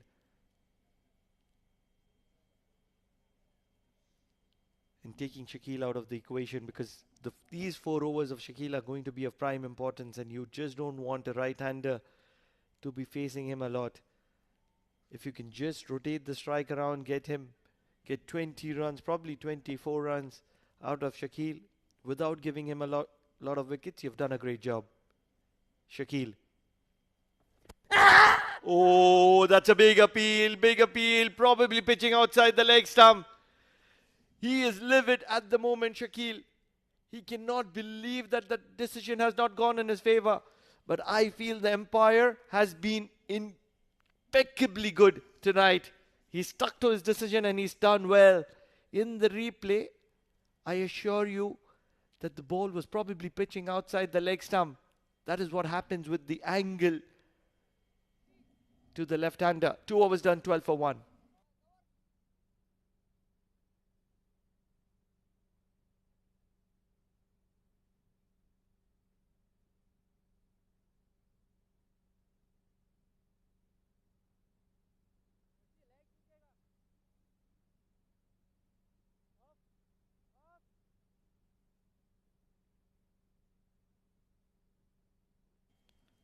Very lucky. At the moment is Junaid Jan, because that was a brilliant decision from the umpire. Not getting under the pressure of the fielding side and holding on to a very, very good decision. The replay is going to be very interesting, but I assure you that he's done really well. Umair continues from the Oman tail end. Just needs to be a little straighter.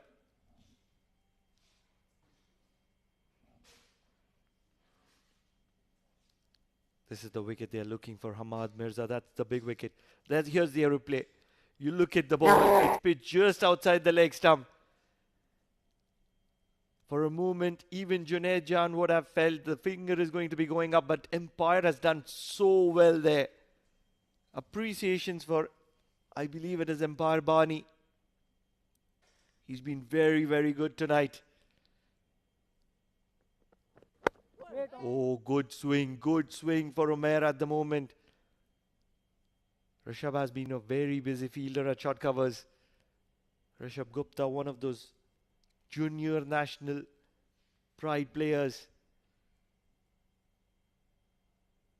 He's a brilliant all-rounder. Bats left-handed. And in the junior circuit, he's very well respected. Very active.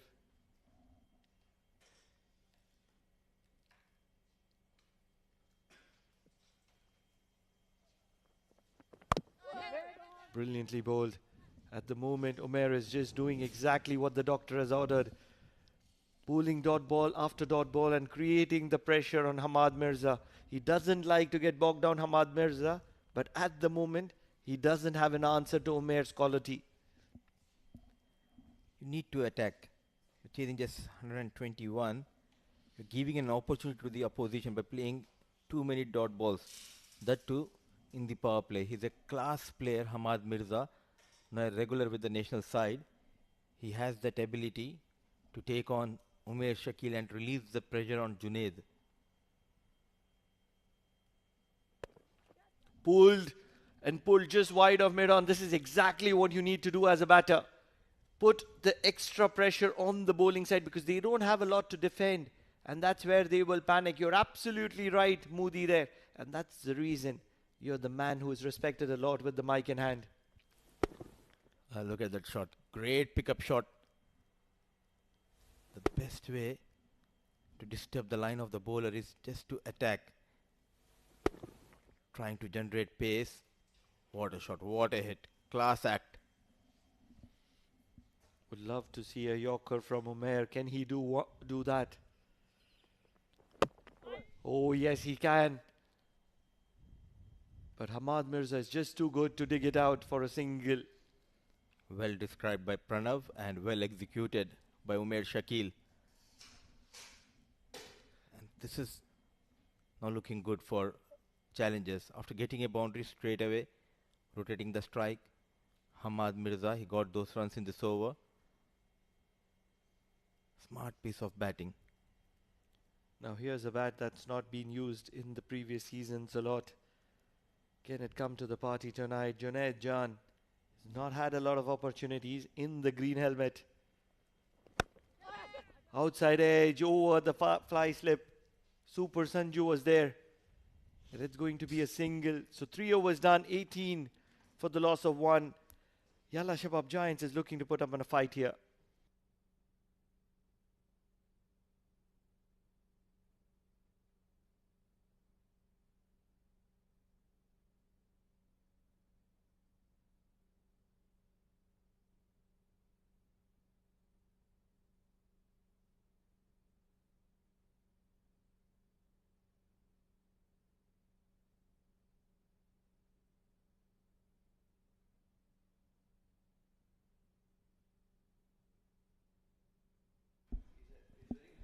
Shakil will continue from the Oman LNG end. Junaid Jan. What a wonderful bowler is Shakil. How important is Shakil to a team? If you had a team, would you want to have him? It's a no-brainer, yes. but how important is he to any side?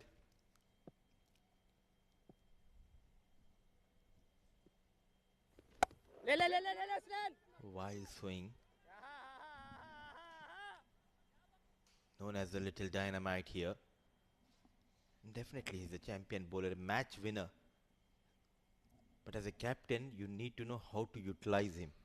The best way to use him is give the ball in the power play with just a couple of fielders outside the circle. Still he'll get you those wickets. Driven nicely this time. Chase on. Couple of runs on offer.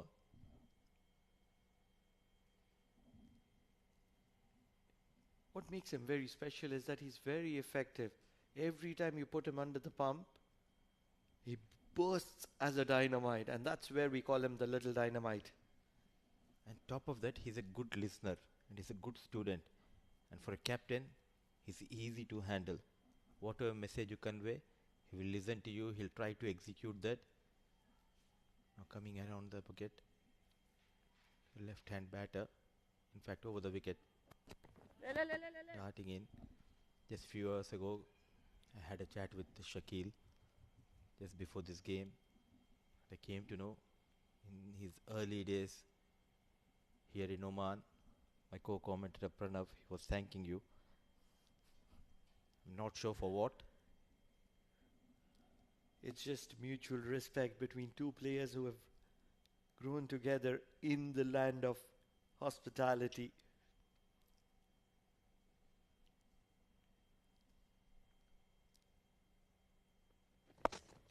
Big sweep. Hamad Mirza knows a lot about Shakil, and at the moment he's reading Shakil like a book that he's read 100 times. A risky shot, but well executed by Hamad Mirza. And with this angle, this is the only way you can get better of Shakil. Play square of the wicket, use those wrists. Came into position quite early. An easy shot for Hamad Mirza's caliber player. A much needed boundary. They need a wicket here. Almost out of desperation, they need a wicket here. Fired it in. Would love to see the kind of pace with which Shakil is going to be bowling. And we'll only get that in the international circuit. 4 overs done, 26 for the loss of 1.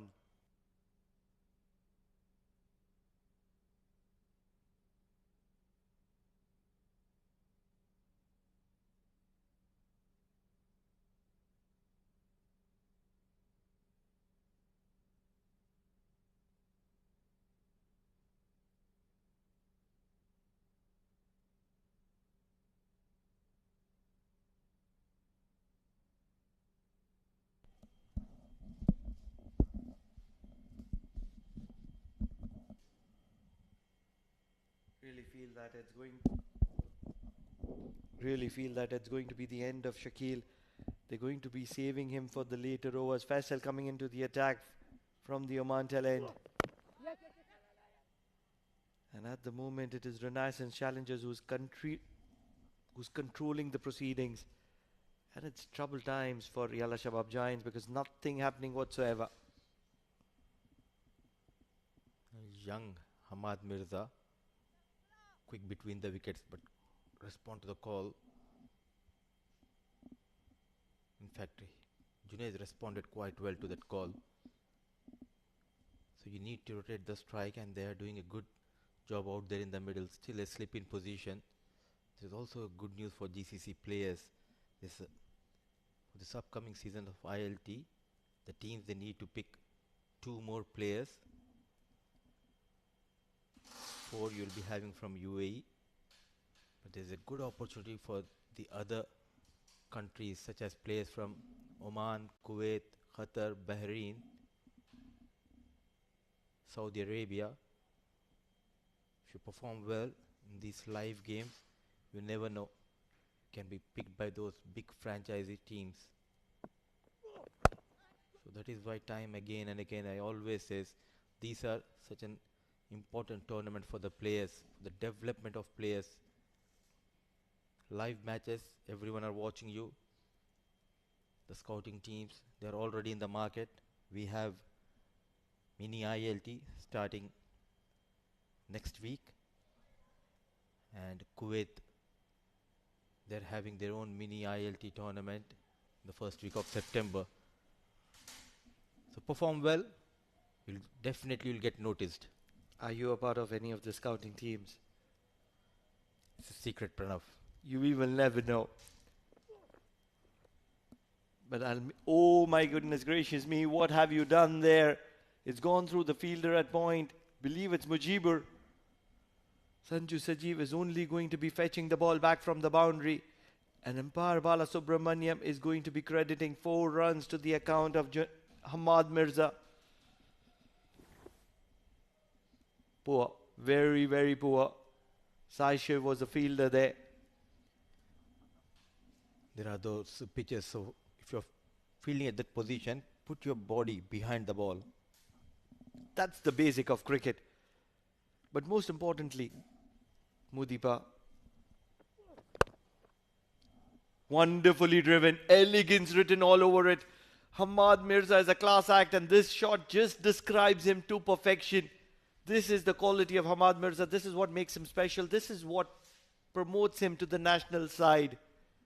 Shorter format, modern day cricket, we always watch the players going for those aerial shots, but good to see in the modern day cricket these kind of shots still exist. What a shot. Brilliant drive, straight drive, down the ground, back-to-back boundaries. Coming to our point, Mudiva, if you were one of those selectors, which of these local Oman lads? What a delivery. They are celebrating. They are celebrating at the moment. It's a big appeal. Umpire Bala Subramaniam is under the pump.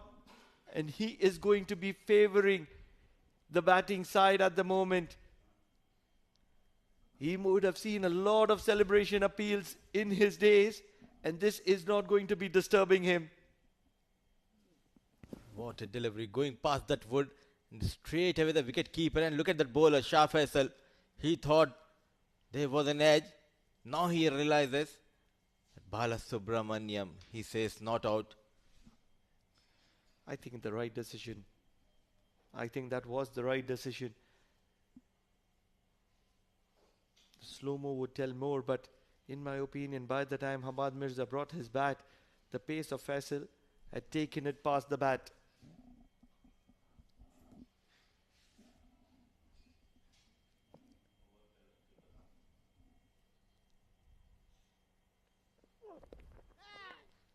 Looking to drive, and it's a play and miss.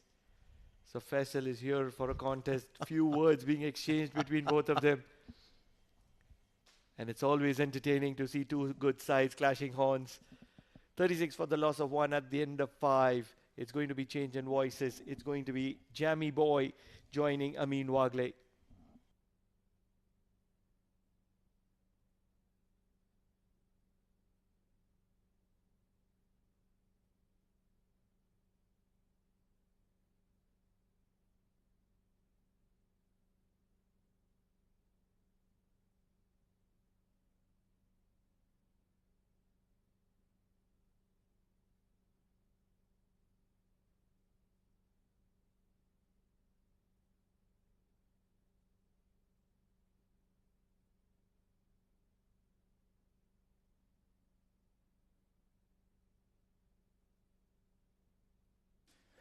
.36 for 1 after 5 overs.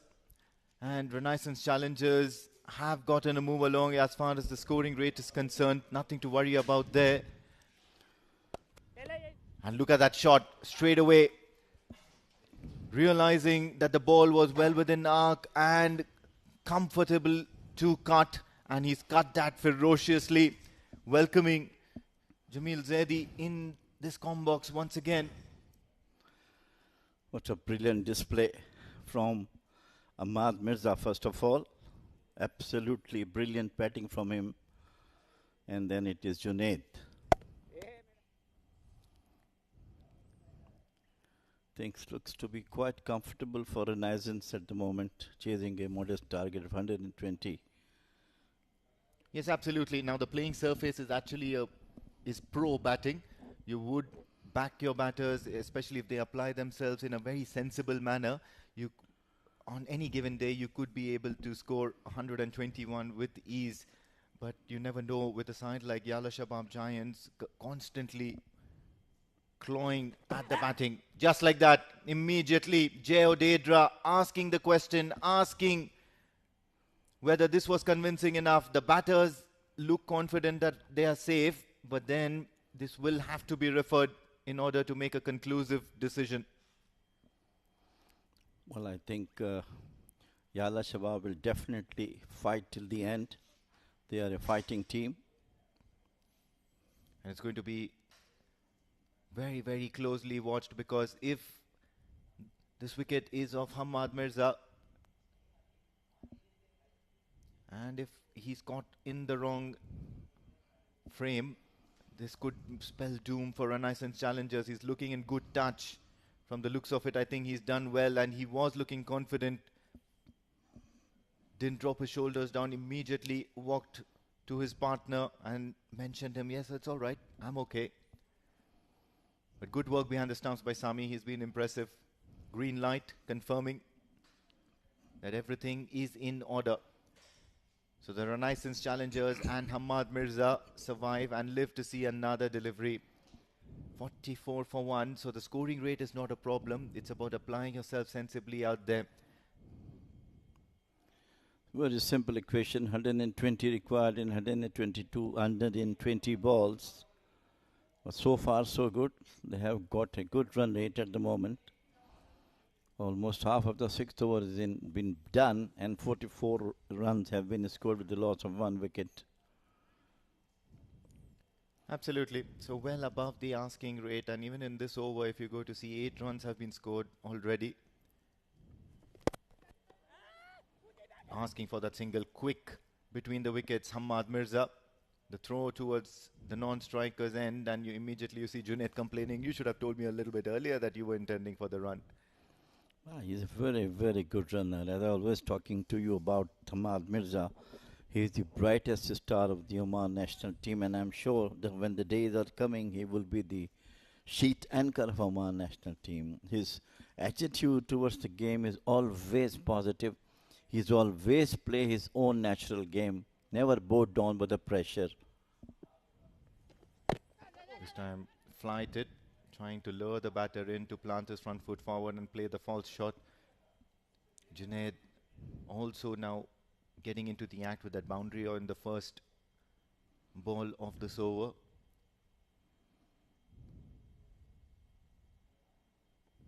Catch it. This time cuts and cuts well. This will beat the fielder, so plenty of runs in this over. Jao Dedra will not be happy with the way he's gone about his business in the last over of the power play. Renaissance Challengers end the power play phase with 49 for the loss of 1 wicket. Catch it.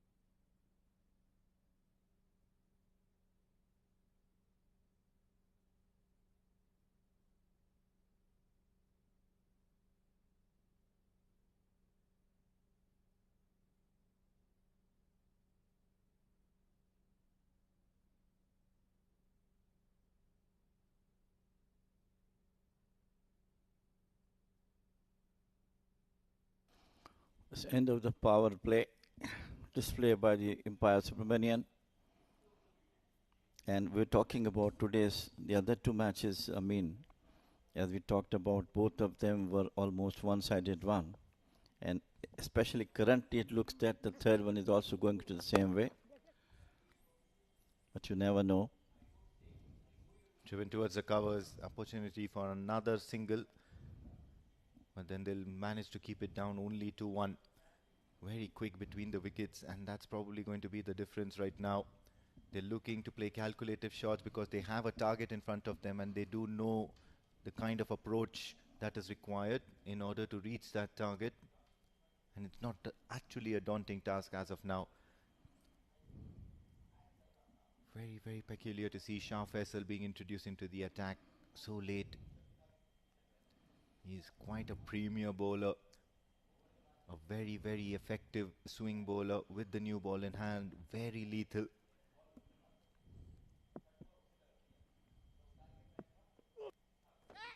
Ooh, that was too close for comfort, but then they're celebrating, and I believe the batter, Junaid, too, knows that he's tickled it.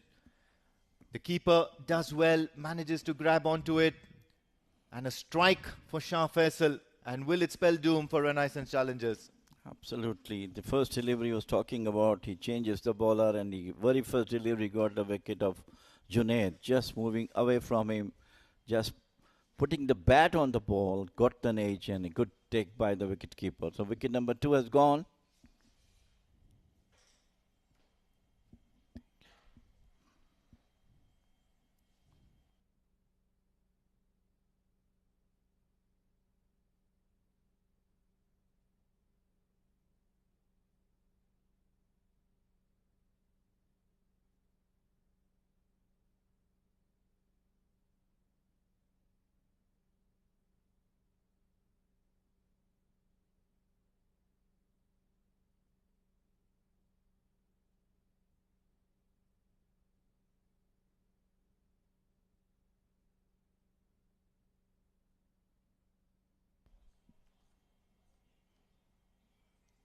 So very, very good change.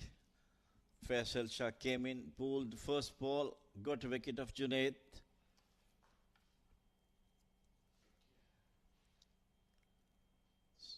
Yalla Shabab, I'm sure they will be fighting till the last ball to be bowled. They are the fighting team.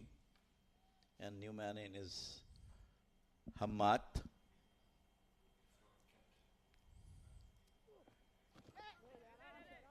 Presented the full face of the bat, and these are positive signs, especially of a person who's coming off some good runs in the previous game last night. Hamad Ifraq, the captain for this game against Yalla Shabab Giants. Now, how important is this breakthrough from Faisal Shah, Jamil Saab? Well, at this stage of the game, every wicket taken by any of the bowler from the Yalla Shabab will definitely a valuable wicket. Full delivery. Always the threat of swing, always the threat of the ball coming back into the right-hander sharply. Shah Faisal is a wily operator. He's very, very dangerous, especially in the power play and with the new ball in hand. Hamad Ifraq will have to see out this phase.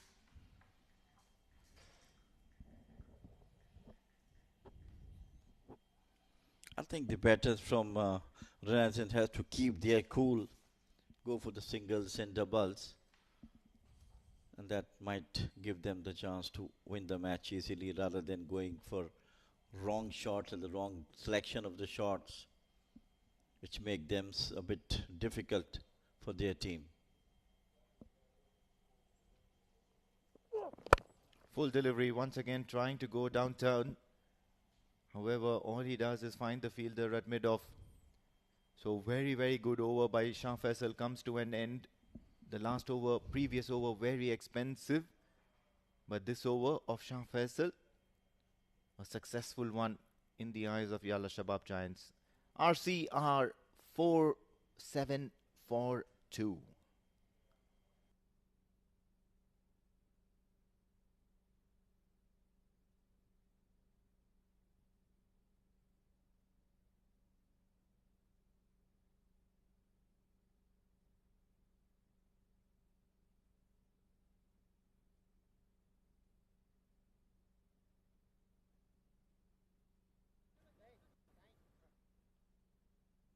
हाँ दोनों सही हो Hamad Mirza is the man for Yalla Shabab to get rid of. He's on 22 of just 16 deliveries, some beautiful boundaries along with that. अयो Capped low, and he just pulled it out towards the mid wicket. Yeah, these are the sort of deliveries that Yalla Shabab Giants need to avoid. Yes, the ball did keep low, but it was far too short. It was a very, very poor delivery from Sai Shiv Narayan, and he's bowling his first over. He'll certainly a much more better bowler than this. He'll look to make amends immediately. Yeah, this time much better length. Not too short, not too full. But look at the running between the wickets. Hamad Ifraq and Hamad Mirza, like a bullet, wasting no time at all. From the moment he hit it, he knew that there was two written on it. Well, that's the type of batting they have to do at the moment. Things are very good for them. No pressure.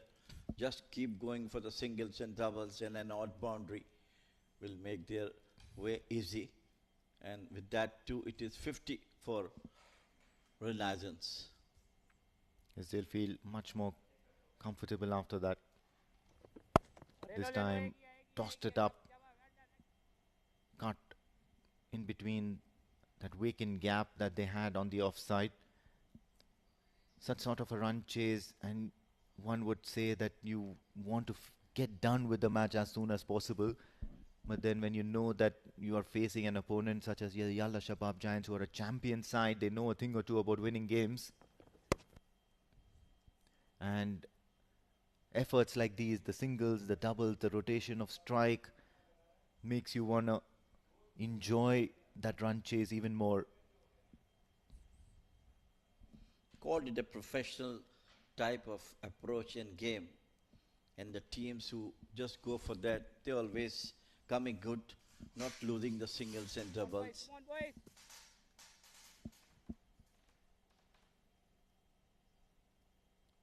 Slight halt in play.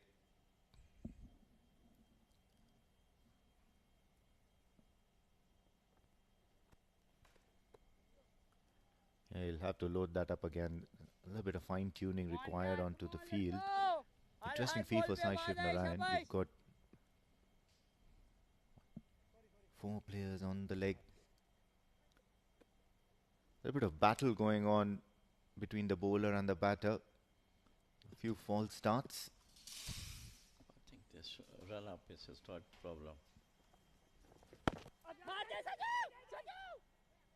Ooh, that was close. Oh my And God. especially taking on Sanju, Sajeev. You're already mounting the words, oh my God, Jamil Saab. Yes, of course, this is a really, really difficult phase of cricket for both the teams, Yalla Shabab Giants and Renaissance Challengers. Each team waiting and wondering who's going to blink first. Well, miraculous escape. This could have been run out. Angle was slightly away from the wicket. But still they managed to get things. Look at that one. Halfway through, going back, no chance. And some misfield there by the bowler himself, resulting in the single. Both of them fearlessly running the singles. I don't know that the ball is in the hands of the fielders. Yeah, well, absolutely. They need to be running and running with conviction. 8 overs gone. Renaissance Challengers are 54 for the loss of 2.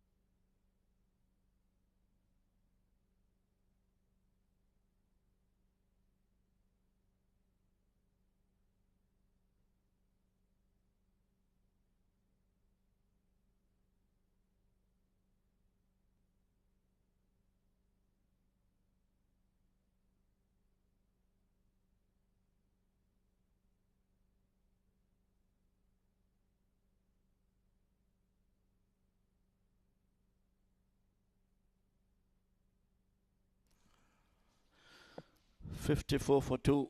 Over number 9 is in progress. Once again, it's miscued shot. And it's an easy wicket. And what a valuable wicket it is from Faisal. Change the game in favor of Yalla Shabab. Each wicket they are going to take in. They are taking, put the pressure on Renaissance Challengers.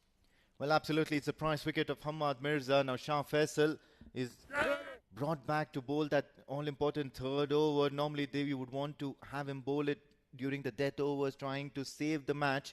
But realizing that wickets are the need of the hour, Shah Faisal in his third over on the very first delivery, producing that top edge from Hamad Mirza. A quick innings by Hamad Mirza comes to an end as you see Sufyan Mahmood walking out to the centre. Renaissance challengers are 54 for the loss of 3.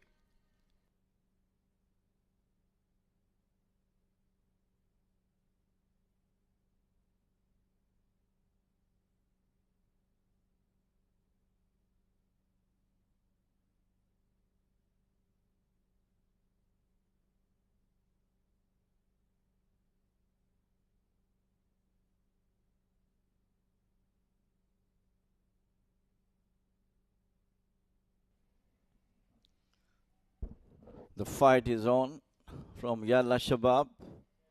Faisal, who got 2 wickets in the last 2 overs, really putting the pressure on Renaissance challengers. And the prize wicket of Hamad Mirza was definitely one of them. And in comes Sufyan Mahmood. Now this will be a good test for the Yalla Shabab Giants. The left-hand, right-hand combination of Sufyan and Hamad Ifraq will be quite difficult to deal with. Sufyan Mahmood is a tiresome batter to get rid of. Yes. Have a look at that, just planting his front foot forward, making sure he meets the ball and running for a single. He's got plenty of experience and he would know that not to allow Yalla Shabab Giants into the game. He can sense victory from here, and he probably knows the calculated approach of how to reach the target of 121 without any further casualties. That was a no ball. So a bonus ball for Renaissance challengers. They have to take maximum out of it. At this stage, obviously, any no ball will definitely not good for the bowling side. Defending a total of 120. Quite a few extras being bowled here. Have a look at that. Way too much outside that popping crease. Hamad Ifraq, he'll have to continue. He'll have to continue batting.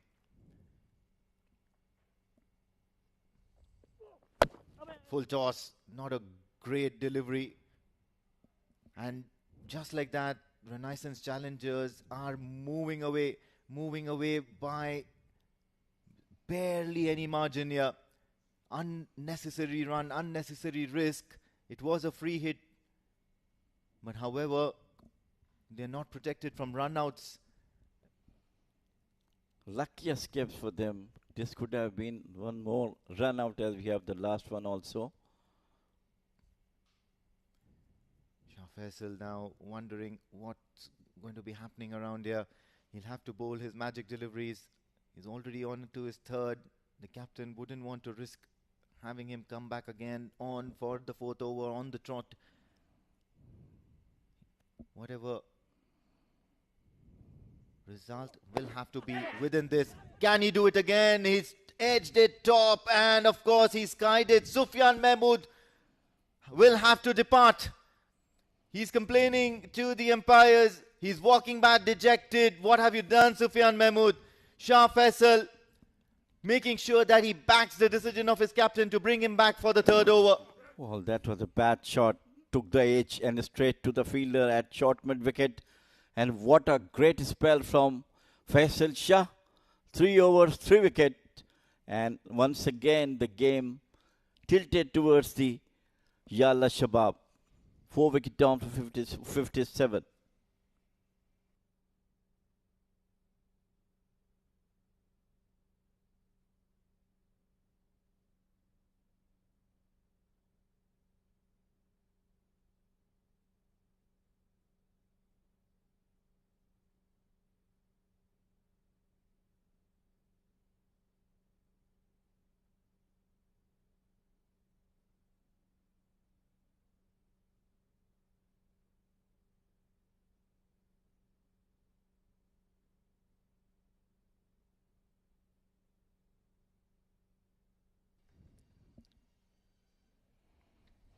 What a great spell from Faisal Shah.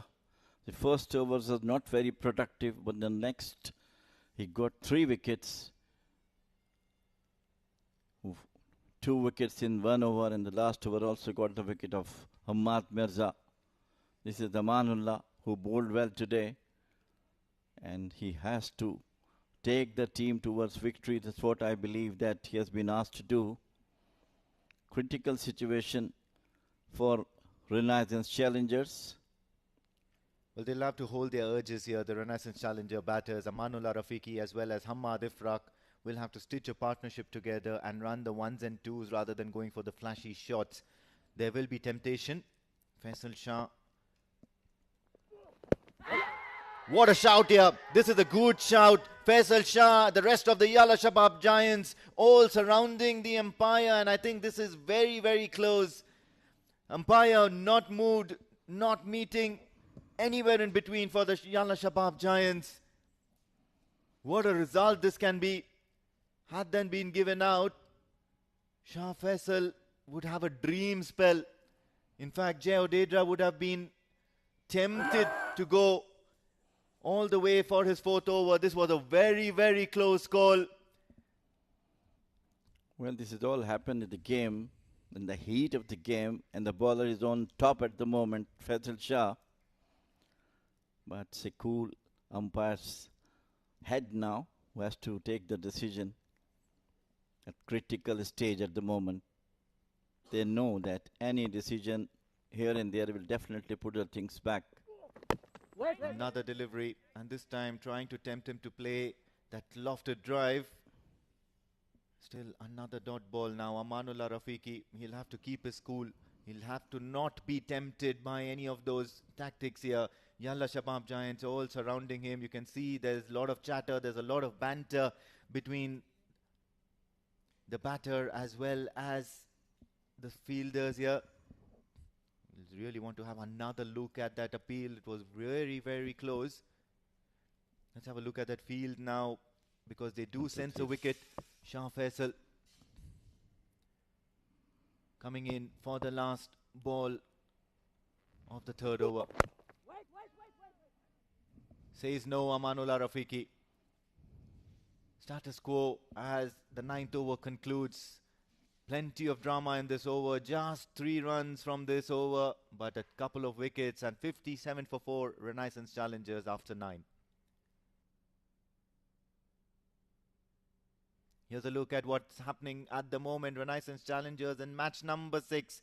Junaid Jan 17 of 6. Usman Ali 5 of 7. Hammad Mirza played a few good shots in the end, perishing to Shah Faisal. Hammad Ifraq, the captain, is still out there, 5 for 7. Sufyan Mahmood was done over, 1 for 2. He skied one really high up, and Hasnain ul Wahab made sure that he kept his cool to pouch that. Just the 4 extra, so that goes to show Yalla Shabab Giants' accuracy and the discipline with which they have bowled the 9 overs so far. 57 for the loss of 4 wickets. Plenty of action, plenty remaining in this game. A lot of drama still yet to come, as Sai Shiv now continuing, looking for that single. Look at that Super Sanju coming flying in from point, looking to get that run out. Tension and action right on the fan at the moment on the field. Both the teams are trying their hard to get something out from this match. Yes, absolutely. Look at that. Played with soft hands, immediately calling for that single. Had Sanju Sajeev managed to get a shy at stumps, this would have been a goner. It would have been a suicidal run out. Very, very tentative right now. Hammad Ifraq as well as Amanullah Rafiqi, they'll want to keep their cool. Full ball. No, this is certainly not the way Amanullah Rafiqi should be approaching this innings. Immediately going for the third umpire. They'll be looking for a referral here. The keeper is convinced. Is this a collapse for the Renaissance Challengers, as Sai Shiv is being surrounded by the Yalla Shabab Giant fielders? We're talking about this match. I told you in the beginning it will be an exciting one, and exactly what is happening now. 4 or 5 wickets in trot of couple of overs, as the Yalla Shabab was struggling at 55 for 1 and then comes 67 for 5. And look at that one, he came down the wicket. Yeah, absolutely. Nowhere near the ball. Went for the ball too early. Seemed premeditative. And have a look at that. Good collection behind the stumps. Unnecessary shot selection here by Amanullah Rafiqi. It will be very close here. Touch and go. They need to have something behind the line. Amanullah Rafiqi will wish that he has big boots.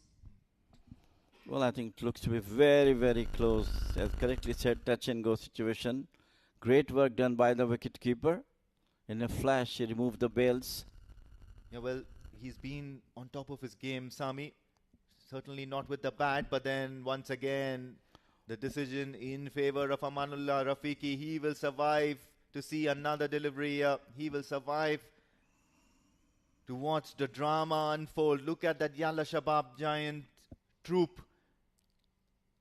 They are waiting for some more action here. The game's not over yet. No, it looks to be a nail biter from here, I believe, like that, the way things are going. If this wicket would have down, then definitely things will be going either way to the Yalla Shabab or Renaissance Challengers. This time slightly short of full. Immediately you get to see the tentativeness in which the batter is playing. Amanullah Rafiqi was playing a few good shots last evening, but then now when you see the pressure of the situation, look at that, not afraid to toss it up, asking the batter, chase the delivery and go for the big shot, make that error. Clever bowling from Saishiv. Once again, tossing it up, slowing the speed down, beats the fielder at cover. So he'll leak a single and not be too happy about it, because every single counts here for Renaissance Challengers. It's not a big ask here to get to a target of 121. They've been just about there, 1 run short of the 6 run per over mark. So the asking rate is well within control. Tossed it up. It's only going to be a single, but then they'll be very, very happy about that. Last ball of the over, and Sai Shiv has just conceded 3 in this. At the halfway stage, the Renaissance Challengers are 60 for the loss of 4 wickets, and the players as well as the commentators would need a little bit of a breather.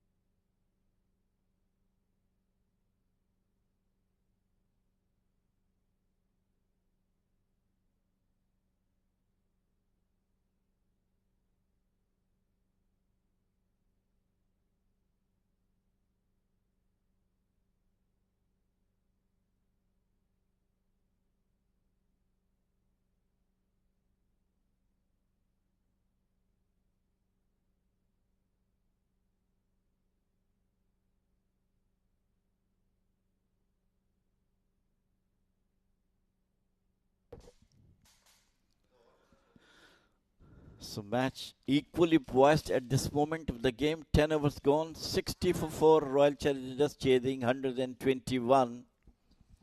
And what a great fight from Yalla Shabab.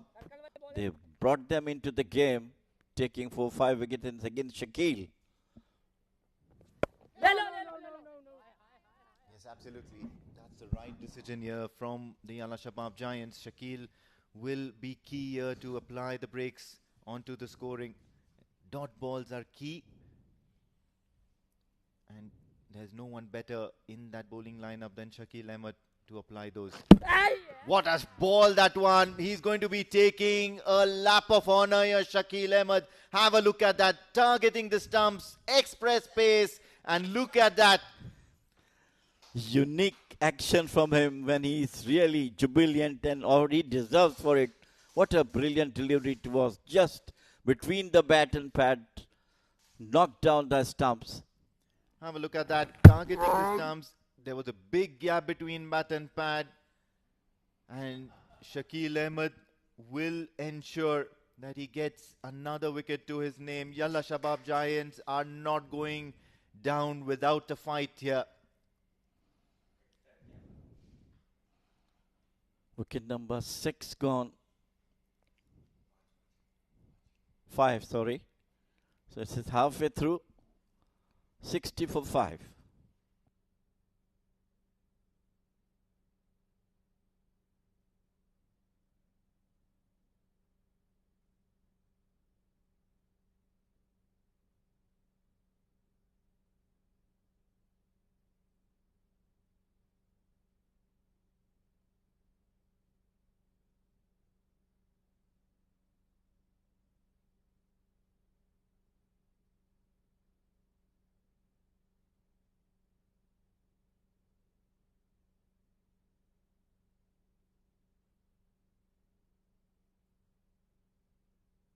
Renaissance Challenger, 60 for the loss of 5 wickets, and Shakil Ahmed is bowling like a champion. That these are 2 dot balls, and of course another important factor is that he's managed to knock one over. Look at that, takes the outside edge. This came in as a surprise. The ball did not turn and went with the drift. Nadeem will get a couple of runs to his name, but then only he knows how he survived that delivery. Have a look at that wicket once again. Gap between bat and pad, targeting the stumps. Takes the top of off stump. What a performer Shakil Ahmed is. Look at that. Another very lethal delivery. Asking the batter, you need to play this one. You cannot let this go.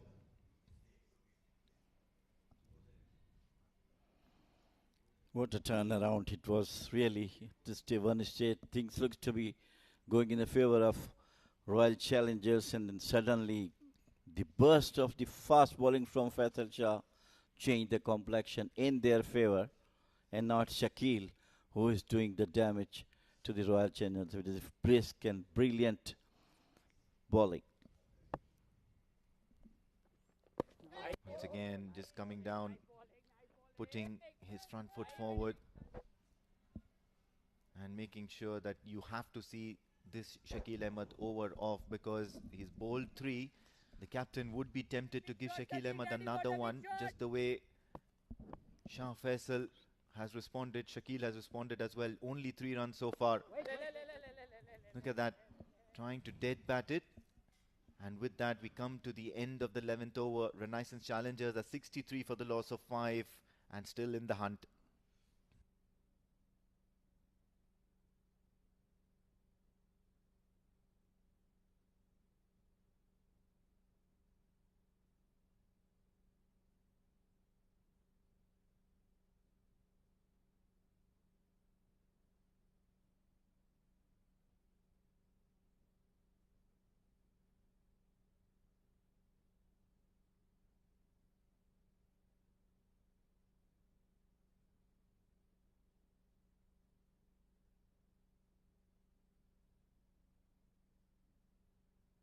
Eleven overs gone, 63 for the loss of 5 wickets. Captain Jay Odedra now wants to probably make amends to that very expensive first over. in the whole scheme of things. 10 runs off his first over, couple of boundaries, and all of a sudden it did look like the Renaissance challengers would be running away with the game. Boy, oh boy, how things have changed. Look at that, rocking onto the back foot now, playing the risky shots. The Renaissance challenger batters, they will have to adapt themselves in a different fashion according to the situation. There's the pressure on the batters now. Look at that. It is slightly short of the length. If the batter can onto the back foot, cut between cover point, it could have been a boundary, but the pressure is on. So they are trying to ping to straight away. They'll have to meet the ball on areas where it's going to pitch. Have a look at that. You play with an open stance and you're basically neither playing on the front foot nor on the back foot. You might end up just gifting a wicket to Jay Odedra. 3 dot balls and the pressure is mounting already on Nadeem. He's looking itchy and he wants to rotate strike desperately. What are his options? He should be looking to play on the onside. He's in 2 minds actually. Now this time he rightly played it out to the sweeper. It is a tempting shot here to be playing towards the offside. You have the fielder at point and backward point inside the circle, so one might think that if I can just manage to cut that ball in a very effective manner, I might help myself to a boundary, but that's not to be. Jay Odedra has plenty of experience. Look at that, tossing it up. A little bit of turn and bounce from the surface as well. It's simply the pressure on the batters right now. The normal shot they have to play, but under pressure they have to. Coming in for the last ball of the over. Look at that. Deftly played, deft touch, and that does it for Amanullah Rafiqi. All he needs to do is just rotate strike. At the moment, they still need that 6 runs, now climbing to almost 7.5 runs and over that required run rate. 12 gone, Renaissance challengers, 65 for the loss of 5.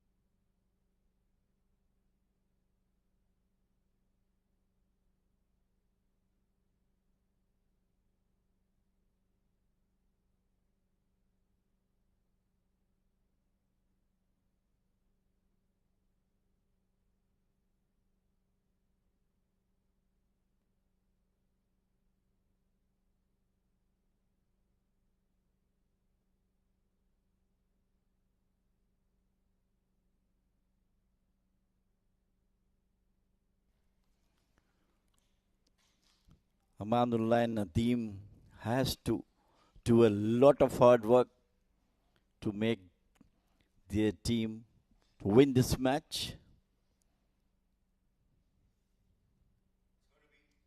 It's going to be Umair Shakil now.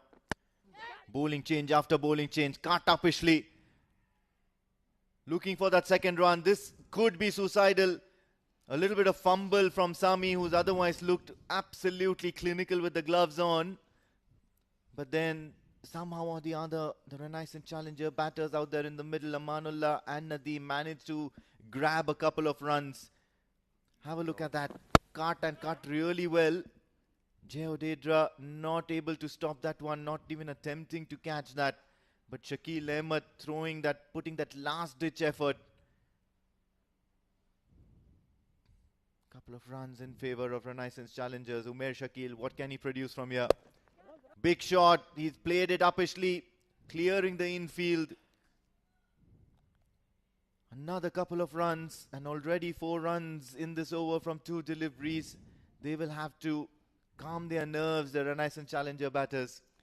That type of shots they had to play to take the pressure off.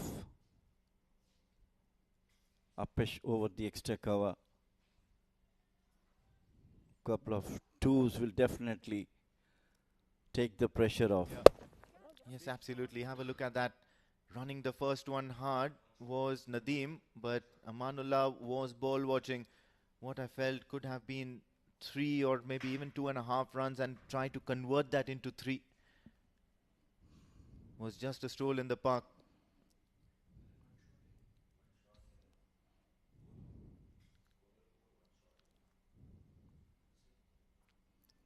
Shakil now coming in for the third delivery. Deftly touched, put away towards the leg side. Look at that, running the first one hard. Only a single, and that will put Nadeem on strike.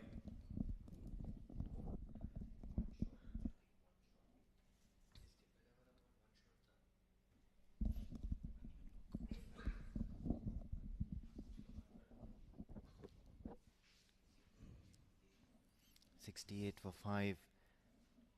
That second shot down the ground was actually adjudicated 1 shot by the umpire, and now another single being taken. Nadeem on strike. What Umair Shakil has not been able to do so far is to contain runs. He's been going at an economy of 6 runs per over. He'll have to better that. Look at that. Getting it away, moving the ball away from the left-hander, creating enough doubt in the minds of Nadeem whether to play at it or maybe just leave it aside. After 2 matches today, we have seen an exciting match today. This is the third one. The 2 were almost one-sided one, but this is really bringing climax to today's matches. Still waiting, a little bit of fine-tuning here. Yalla Shabab Giants, very methodological.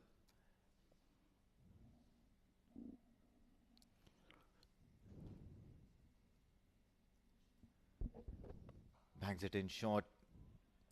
And immediately Nadeem is grimacing in pain. I think it's taken the toe end of the bat and he's in some considerable amount of pain.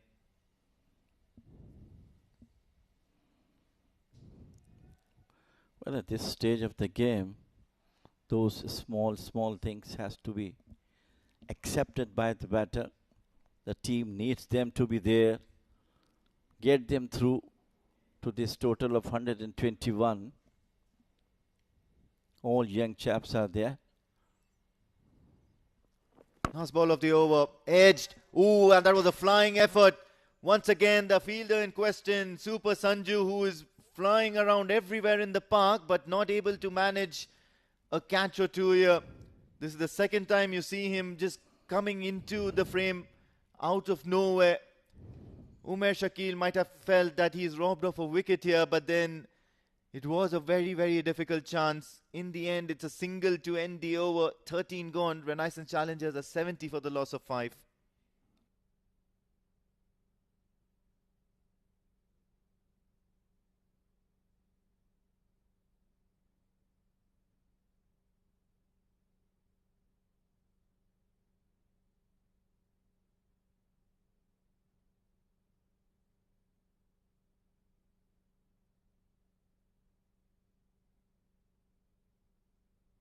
.13 gone, 70 for 5, Renaissance Challengers, and there is still a lot of drama left in this contest.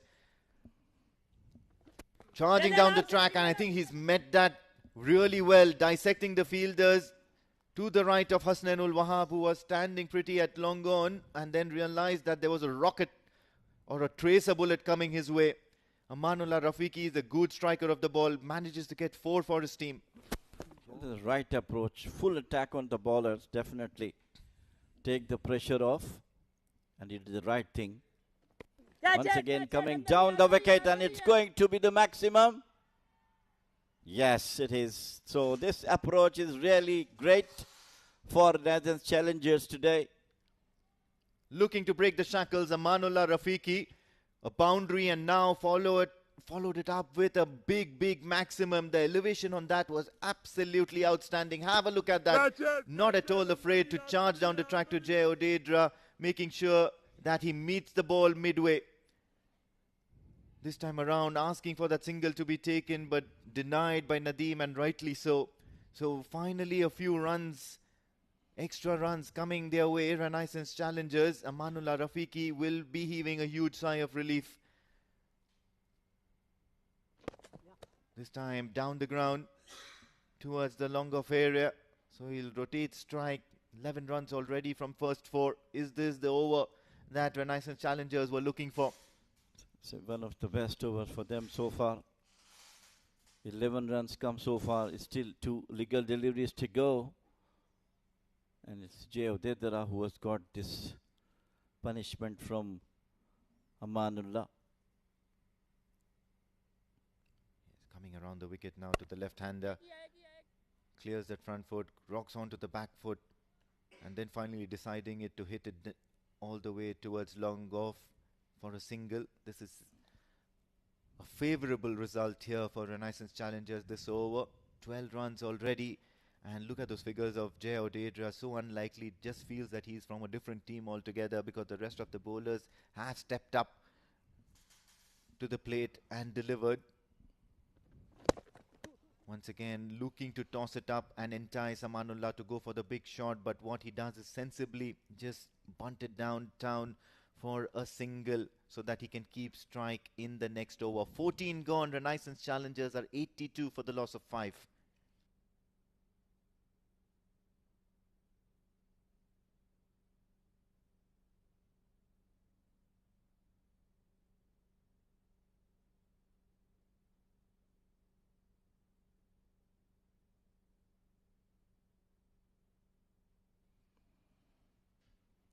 Well, I think that Faisal Shah has got an over to go, and so has Shakil. And I think the right time for Faisal Shah to come into bowl if he has that one over. Now it's Shakil, the man at the moment. Everybody is looking at him to get one more wicket. Absolutely inspiring stuff here from Shakil Ahmed in his previous over. He's just got that one over remaining and the captain is looking to bowl him out after a very expensive previous over. So the need of the hour right now from Shakil Ahmed is to tie down the Renaissance Challenger batters and build up the pressure that had been on them prior to the Jay Odedra over. And this is the tactic that they would be looking to employ. All experience behind Shakil. Very, very difficult bowler to hit at the will. Charging down the track, Amanullah Rafiqi not able to find the gap. Very risky option trying to cut Shakil. Trying to adjust as well. Coming in from around the wicket to the right hander. The only place he'll be willing to go is to target the stumps.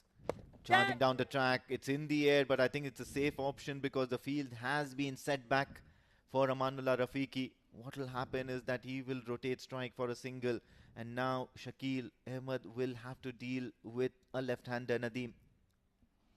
He is absolutely unplayable under those conditions, Shakil. And today, the right time, the wicket he got in the last over was absolutely a brilliant delivery. Battle of wits here. Renaissance Challengers versus Yalla Shabab Giants. Both teams still very much in the game. Look at that, moving the ball towards the onside for a single, and this is probably the most sensible thing that you can do to a Shakil Ahmed over, and that's to milk it for singles. And this is the first, I think it was almost a full toss, low full toss. Otherwise, he never give you chance for the full toss or something. Quicker one coming in to the batter, making it difficult to play. Again, darts it in. This was the quickest one. Yes, absolutely. Darting the ball into the right-hander, but then missing leg. There's nothing right about that ball as far as the appeal was concerned. But then what was actually the best part about it is that it's going to be a dot ball. So the pressure's still on the Renaissance Challengers batters and Amanullah Rafiqi. How is he going to end this over? With a drive towards covers for a single. Looking for the second, but will not decide against it. Amanullah Rafiqi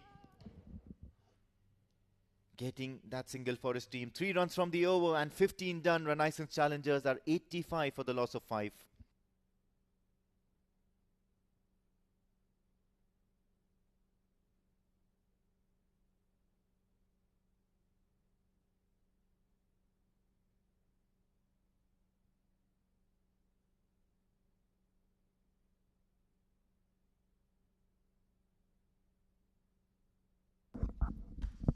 Thank you, Amin and Jamil Bhai. What a game, what a contest we are witnessing. Low scoring thriller. Still almost 26 runs needed, 36 in fact, of 30 balls. 3 wickets to Shah Faisal, the fast bowler. Shakil Ahmed yet again bowling those tight line and lengths, got couple of wickets. Umair Shakil, he has a low over left, and Shakil Ahmed has completed his quota of 4. What a knock under pressure. Amanullah taking on Jay Odedra. The previous over leaked 13 runs, and that's why the captain himself stopped himself, and now it's Sanju Sajeev comes to bowl an all important over. Back of length, thought of a single, no chance. It's the right time to introduce Pranav Mehta in the com box. Welcome, Pranav. Thank you so much, Modi. This could be really interesting because Sanju Sajeev does provide that pace, and with everybody behind the wicket inside the circle, a little bit of an outside edge, a little bit of an inside edge could take it to the boundary. And that's exactly something that Yalla Shabab Giants don't want. He started with 2 dot balls. Make it 3 in a row. This is working in favor of Yalla Shabab Giants at the moment. He's a live wire in the field, and he's kind of a player who always makes sure to lift the energy levels in the field. Now with the ball, a good start. 3 dot deliveries in a row. Scampers for a single. You can never be looking for 2 where Sanju Sajeev is in the equation. Probably one of the quickest fielders that we would have witnessed in this ground. And this ground has seen a lot of big names. I'll not be wrong if I say one of the best, one of the quickest in GCC. Though he has not represented at national level, but I have seen plenty of cricket in this region, and he is something different. What a fielder, what a character, Sanju Sajeev. And I'm putting him in comparison to one of the fielders whom I saw during that emerging Asia Cup. Can you name him? He played for India A, and he's a big name. What a blinder of a catch he has taken against Pakistan. Oh, you are on track. You're on track. And I'm rating him in that category. That's the kind of fielder he is. That's the kind of commitment he provides. Oh, that's gone straight up in the air. Fielder coming underneath it. And he's only going to be a spectator. Amanullah is playing a blinder of a knock here. And he is looking to take Renaissance Challengers home. A 6 to wind that over from Sanju Sajeev, which was very good prior to that. Just 2 runs from it. And all of a sudden, it's gone an equation of Renaissance Challengers. Good end to the over. A maximum 93 for the loss of 5, 16 gone.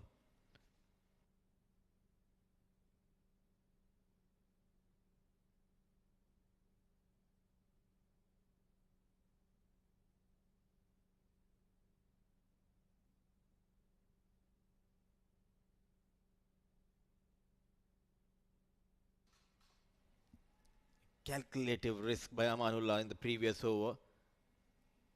The over which was looking good. At the end, Sanju Sajeev conceded 8 runs.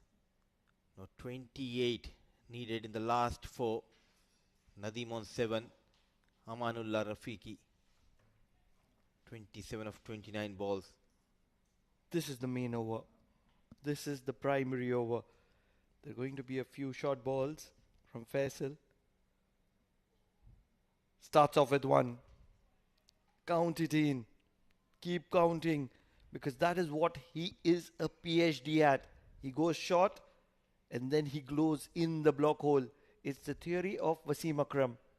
head or toe, which was followed by majority of those brilliant pace attack of Pakistan. And you have a PhD in calling the game. And well said, Pranav. Like, you need to read the game, even though not on field, but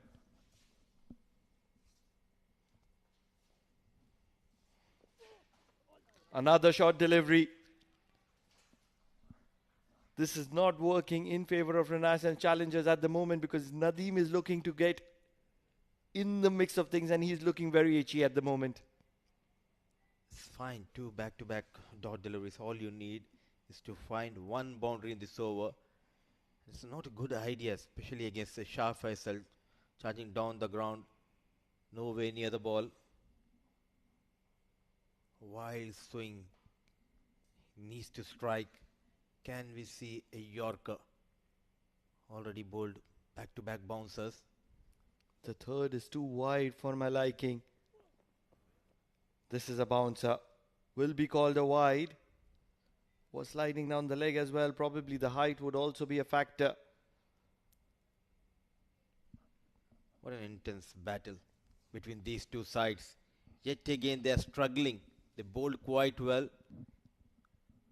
Day one, not able to chase the target of 124. Renaissance Challengers, yet again, they did a pretty good job in the first innings. Now, 5 wickets down, they are making life difficult. Not having the partnerships. It all depends on this pair, Nadeem and Amanullah. As of now, Nadeem is struggling against Shah Faisal.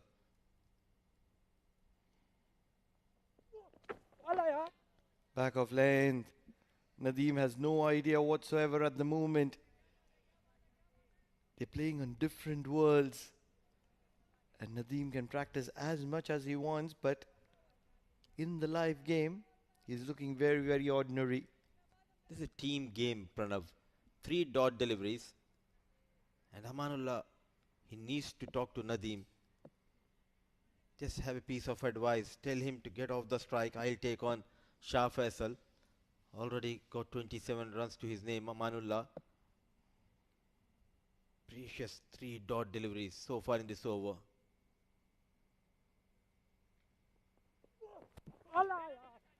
Another dot ball. This is turning out to be very, very expensive. And when I say expensive, it is not for Yalla Shabab Giants. It is for Renaissance Challengers. Because 4 dot balls in a row. Yes, a wide. But 4 dot balls in a row. Very, very expensive. Can Nadeem change the tide? Can he make something happen? Can he just get off strike? Pressure certainly on Nadeem here. He's feeling the heat under the lights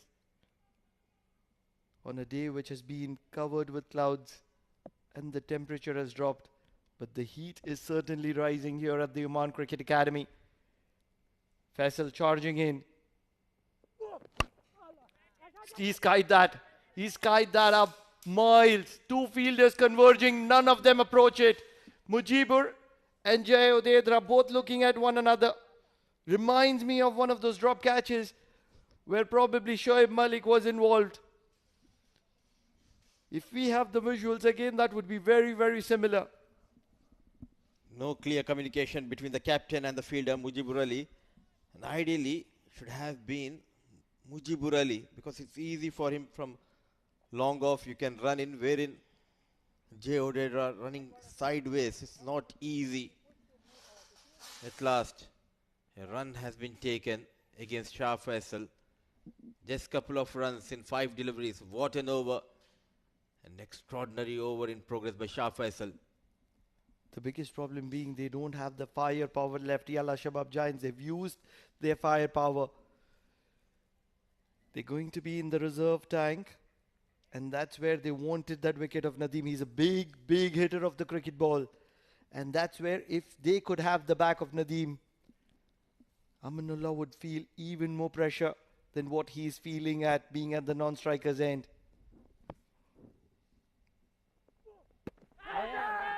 Onto the pads, pitching outside the leg stump, and they will scamper for a single. What that means is that Going into 3 overs pair, it's an even Steven game. But Yalla Shabab Giants do not have a lot of resources left in their tank.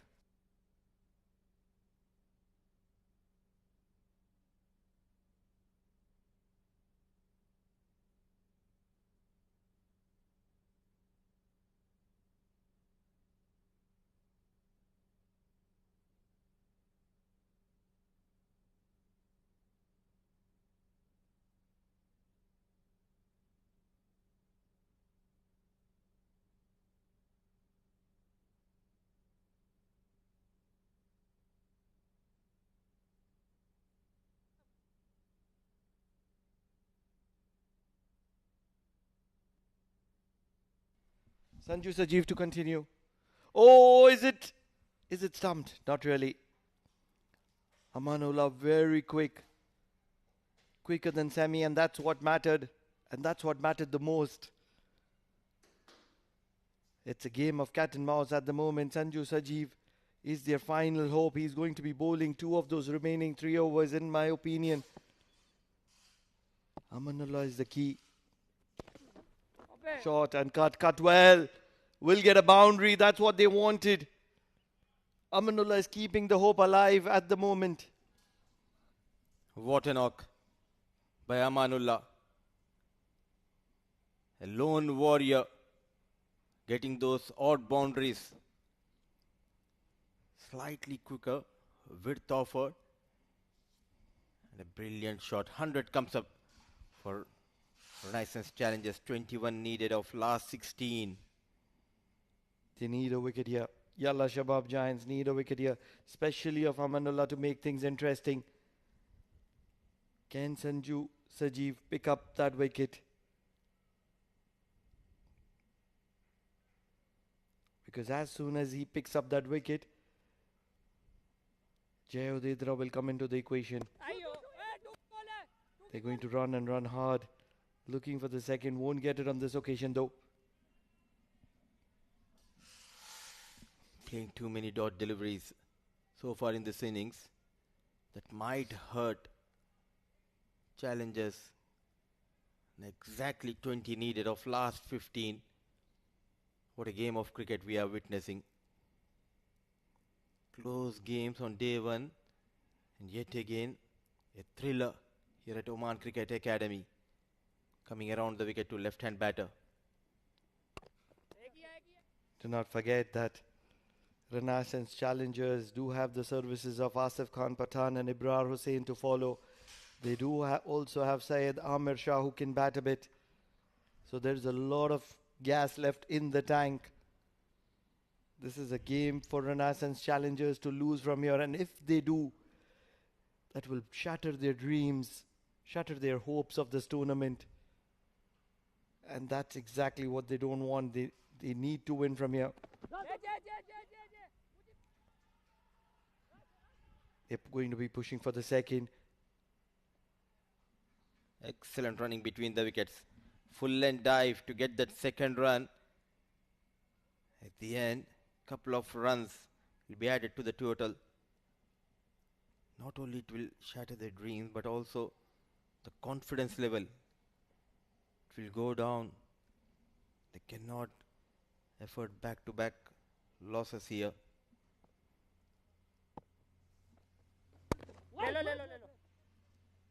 It's going to be a dot ball to wind that over. Umair Shakil is going to be bowling the next over. Who's going to be bowling the final over, and how much will he have? The answer is going to be on the other side.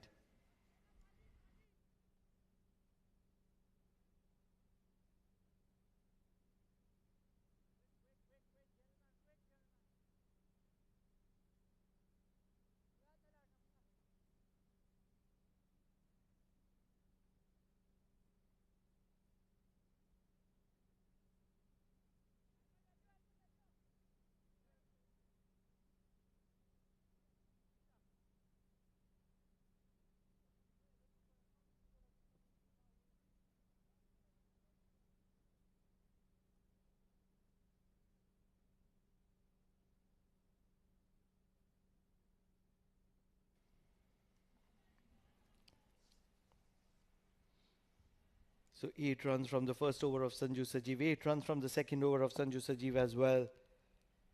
It's a no-brainer that this is the over that is going to be bowled by Umair.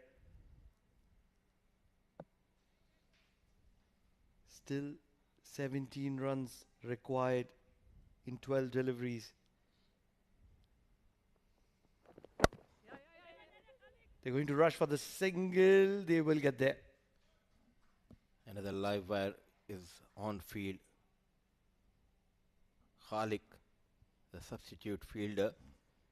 Now 16 needed. He can afford to give another 5 or 6 runs.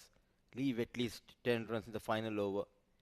Anything under 10, I think it's gettable. They don't have the service of Shah Faisal. He has finished his quota. So is Shakil. And Umair Shakil bowling his final over. And he'll be looking to get this wicket of Amanullah. Now 16 of last 11 legal deliveries. Change in the field. Short mid wicket is there. They have pushed mid on towards long on. Anything below 10 and it will be Renaissance challengers who are going to be starting as favourites. Anything over 10, I feel the advantage is going to be in the hands of Yalla Shabab Giants, because it's a game of nerves. Don't forget that the new rule that if you are caught, you can't be changing sides plays a big role as well.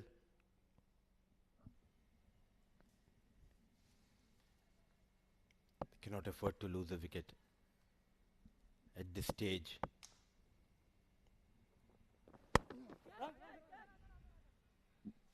Cut well, just for a single. And this is the prime moment in my understanding of this game. It is Nadeem versus Umair, because unless and until Nadeem consumes a couple of dot deliveries, I feel Amanullah is completely in control of the game. He just needs to rotate. So disappointed the way he batted. All he needs to do was to rotate the strike. He can change his fate if he can get few boundaries against Umair Shakil. He's a talented all-rounder, just not able to read the line and length. In the over of Shah Faisal, Umair Shakil very express with the pace. Keep your eye towards mid-wicket, cow corner. Dancing down the track, inside edge. Not a lot of bat onto it. That is exactly what Nadeem would have wanted. Probably the inside edge could have been onto the pad as well. And that's where it just didn't have that pace. So just 4 runs from the first 3 deliveries of Umair, and this is going in favor of Yalla Shabab Giants at the moment. Can Umair produce a dot ball here? Can Umair produce a wicket here? Can Amanullah get a boundary here? So many questions. More than a dot ball, he would be eyeing to get his wicket. Amanullah, you need to find a boundary here. What a delivery. Brilliantly fielded off his own bowling. Gold dust. If after all of this, if Amanullah is not able to take his side home on the victorious side, I don't really know what better could he have done. He's done all the hard work. The cake is ready. It's time to put the icing on the cake. Does he have that energy left? Does he have the gas left in the tank? Because Yalla Shabab Giants are running on reserve tank. As if Yalla Shabab, they are here to rob that cake. Find a boundary. Amanullah on strike. Oh my goodness gracious me, what have you done here? Amanullah, all that hard work down the drain. He's going to be walking back to the dugout. It's going to be one of the longest walk of his life. He's going to be devastated. He's going to be heartbroken. 35 of 38 deliveries, almost taken his team home. And at the last moment, he's going to be leaving his team alone without winning the game. What a delivery. The pendulum shifting in favor of bowling side with the fall of Amanullah. Champion bowler Umer Shakil once again comes to the rescue. An incoming delivery nowhere near the ball. And look at that. The ball and the bail flies over the wicket keeper. Some serious pace generated. Angling into the right-hand batter. Misses the line completely. They're back in the game. They're back in the hunt. It's Umer Shakil show. It's 108 for the loss of 6.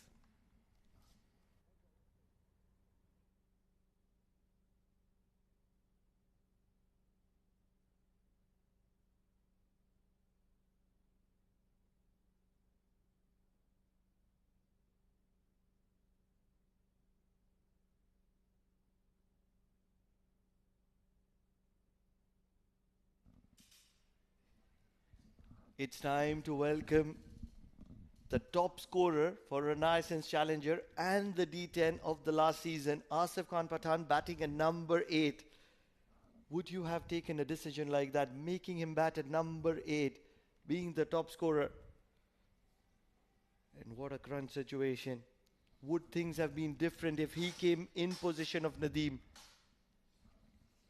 They always surprise us by their moves, Royal Renaissance Challengers. So Amanullah is back in the hut. It's Asif Khan. Final delivery of his spell, the final delivery of this over. They're going to be pushing for the second, and it's not really going to be on offer. But what's more important is that Asif Khan Pathan is going to be on strike for the final over. 12 runs required of the final 6 deliveries. Action-packed drama on offer here at the Oman D10, powered by Fancode.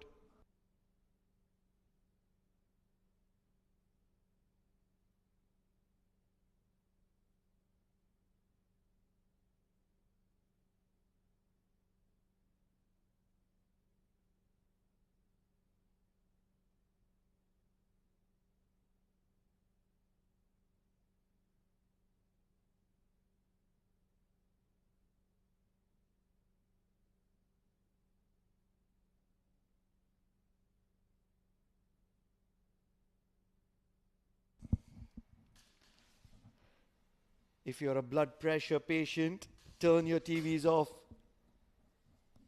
because action-packed drama here at the Oman D20.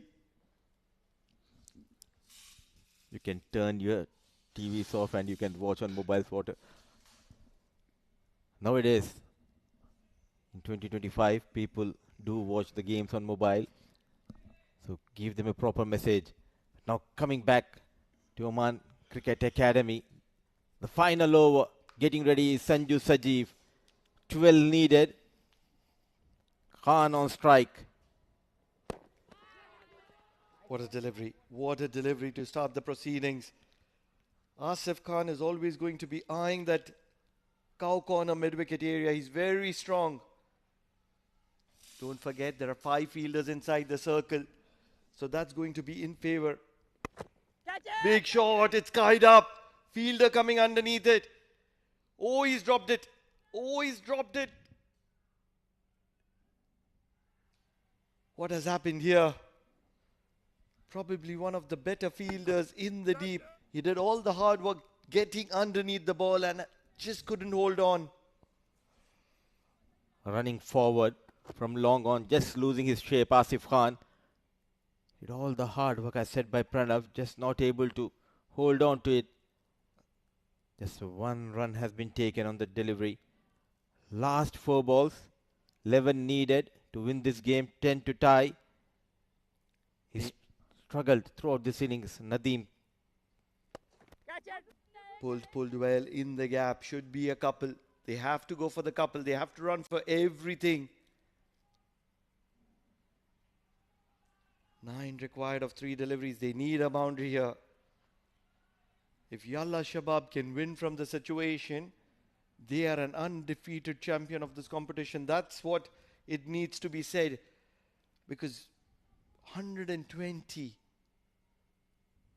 and then to make a match out of it. This is only going to be a single, and this is going in favor of Yalla Shabab Giants at the moment. champion stuff. Every player of Yalla Shabab Giants, they are the match winners. Incredible performance under pressure. Sanju Sajeev So far, boundaryless over. Still 8 needed. Last couple of deliveries. And 8 dot deliveries played by Nadeem. 14 of 22 balls. Played too many dot deliveries at this stage. For sure, Sanju Sajiv, he'll be bowling that quicker delivery outside the off stump. Anything fuller, he'll be taken apart by Asif Khan. Big shot. Big shot. Fielder. Only a spectator. It's a maximum. It's from the bat of Asif Khan Pathan. He's known for being doing this. And he's done it at the right moment. Renaissance challenges are still in the equation. A tie always on the cards. And I assure you that Asif Khan Pathan is always going to be playing the big shot. And that means that Yalla Shabab Giants will have an opportunity in the deep. So all the options still alive. It's the final delivery. The Pathan power of Asif Khan getting a maximum, a timely maximum. All he needs to do is get at least a single. Look for a tie first. Yeah! Oh, what a delivery. Sanju Sajiv, you beauty. Under pressure, under the lights. He has delivered a regal performance. Delighted. A comeback victory for Yalla Shabab Giants. What an incredible win for Yalla Shabab Giants. They are celebrating. Sanju Sajiv is on the shoulders of Faisal. But I assure you, majority of the work was done by Faisal, Shakil, Umair. Those were the trio that broke the back of Renaissance challenges. And as a result, not able to chase 121 today. They couldn't chase 125 a few days ago, rather yesterday. And today, a different day. They're devastated. They're heartbroken. They're shattered. They're out of dreams at the moment. They don't know how to respond to the situation. Another heartbreak. Back-to-back losses for Renaissance challengers. This was the game to win for them. But champion stuff. The young guns of Yalla Shabab Giants yet again showing their class. They were not able to post a competitive total, but they defended a modest total in style. Dejected are the players of challengers. Lot of hard work and they need to do. They need to talk to each other. The mistakes they made, they need to rectify those things.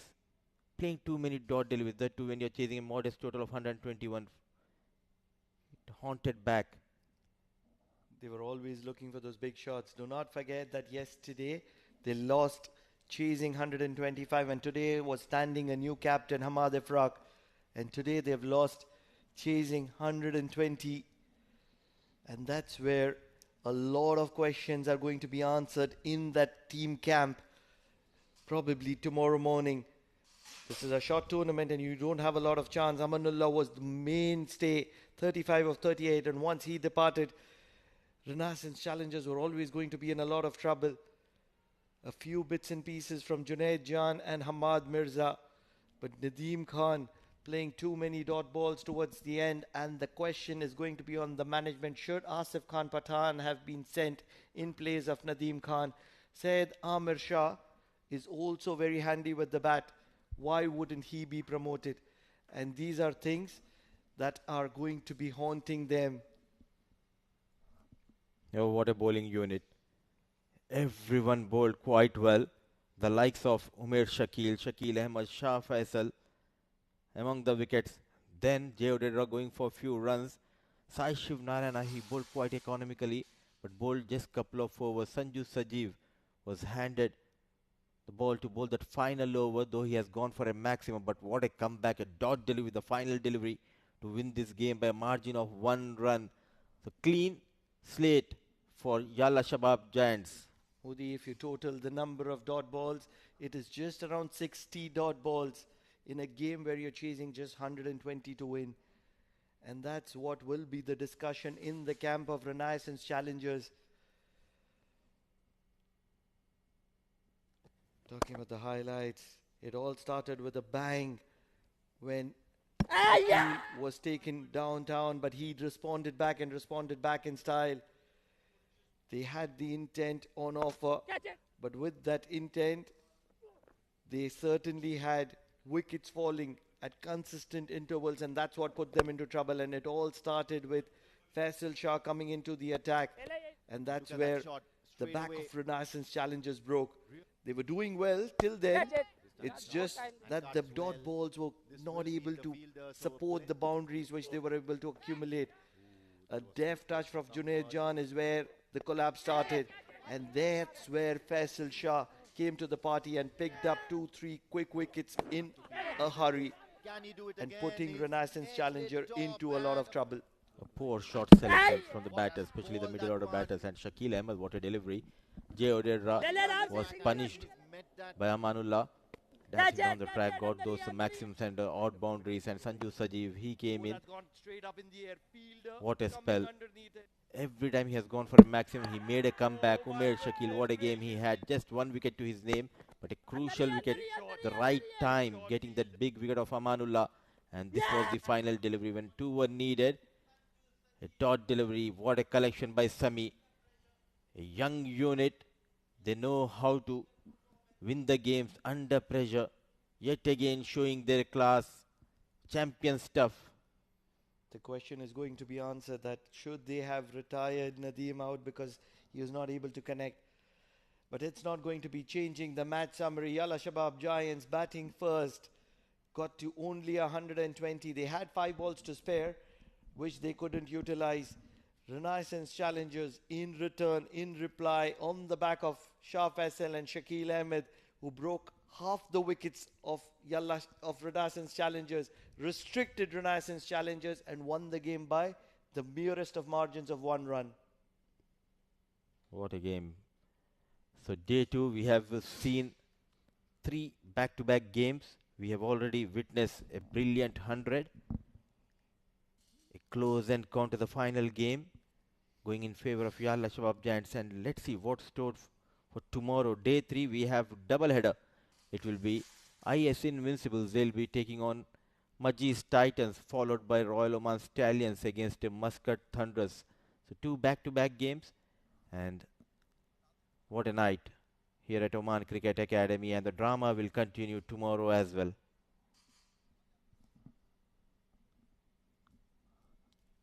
Right then, that is it from us here in the com box. We will take a short break, and on the other side, it's going to be Amin Wagle with the presentation.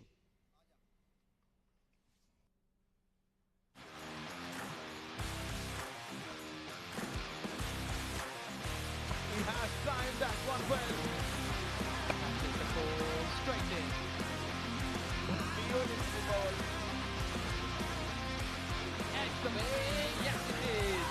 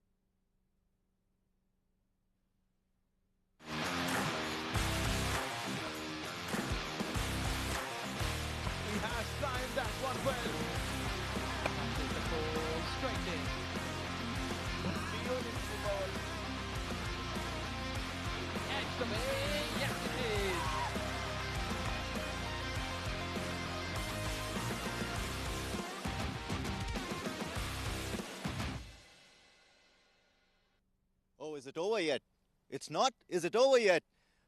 Oh my God, this still needs some getting used to, because what a nail-biter finish to this last match on match day 2.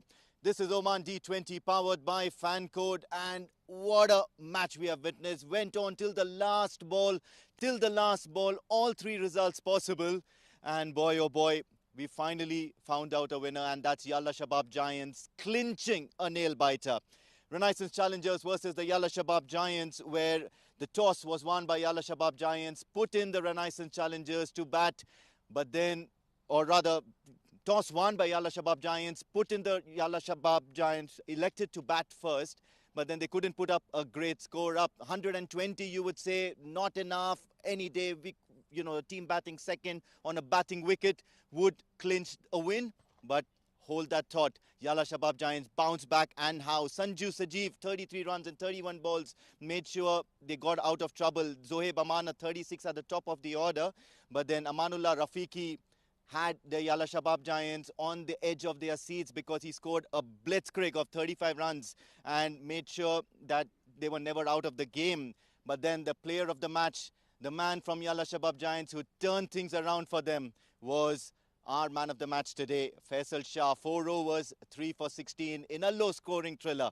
And he'll collect his man of the match medallion from umpire Balasubramaniam.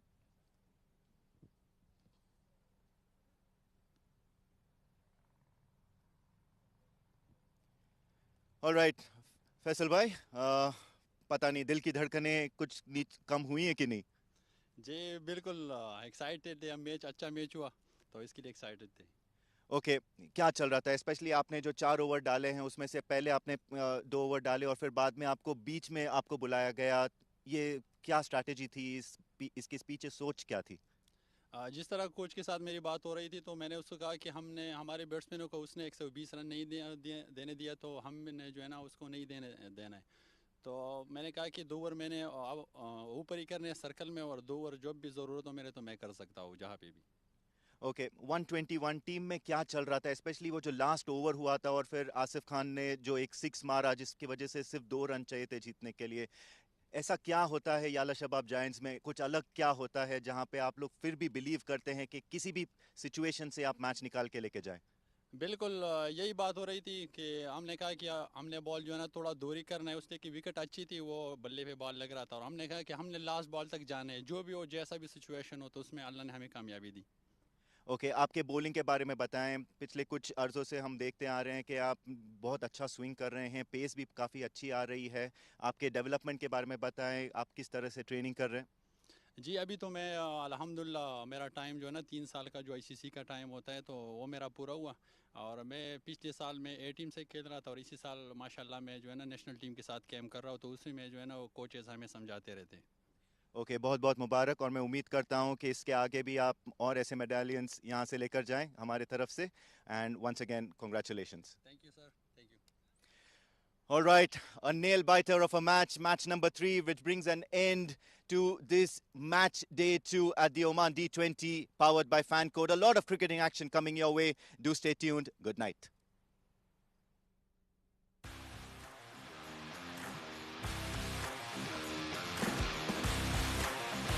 He has timed that one well. Take the ball straight in. Beautiful ball. Edge the way. Yes, it is.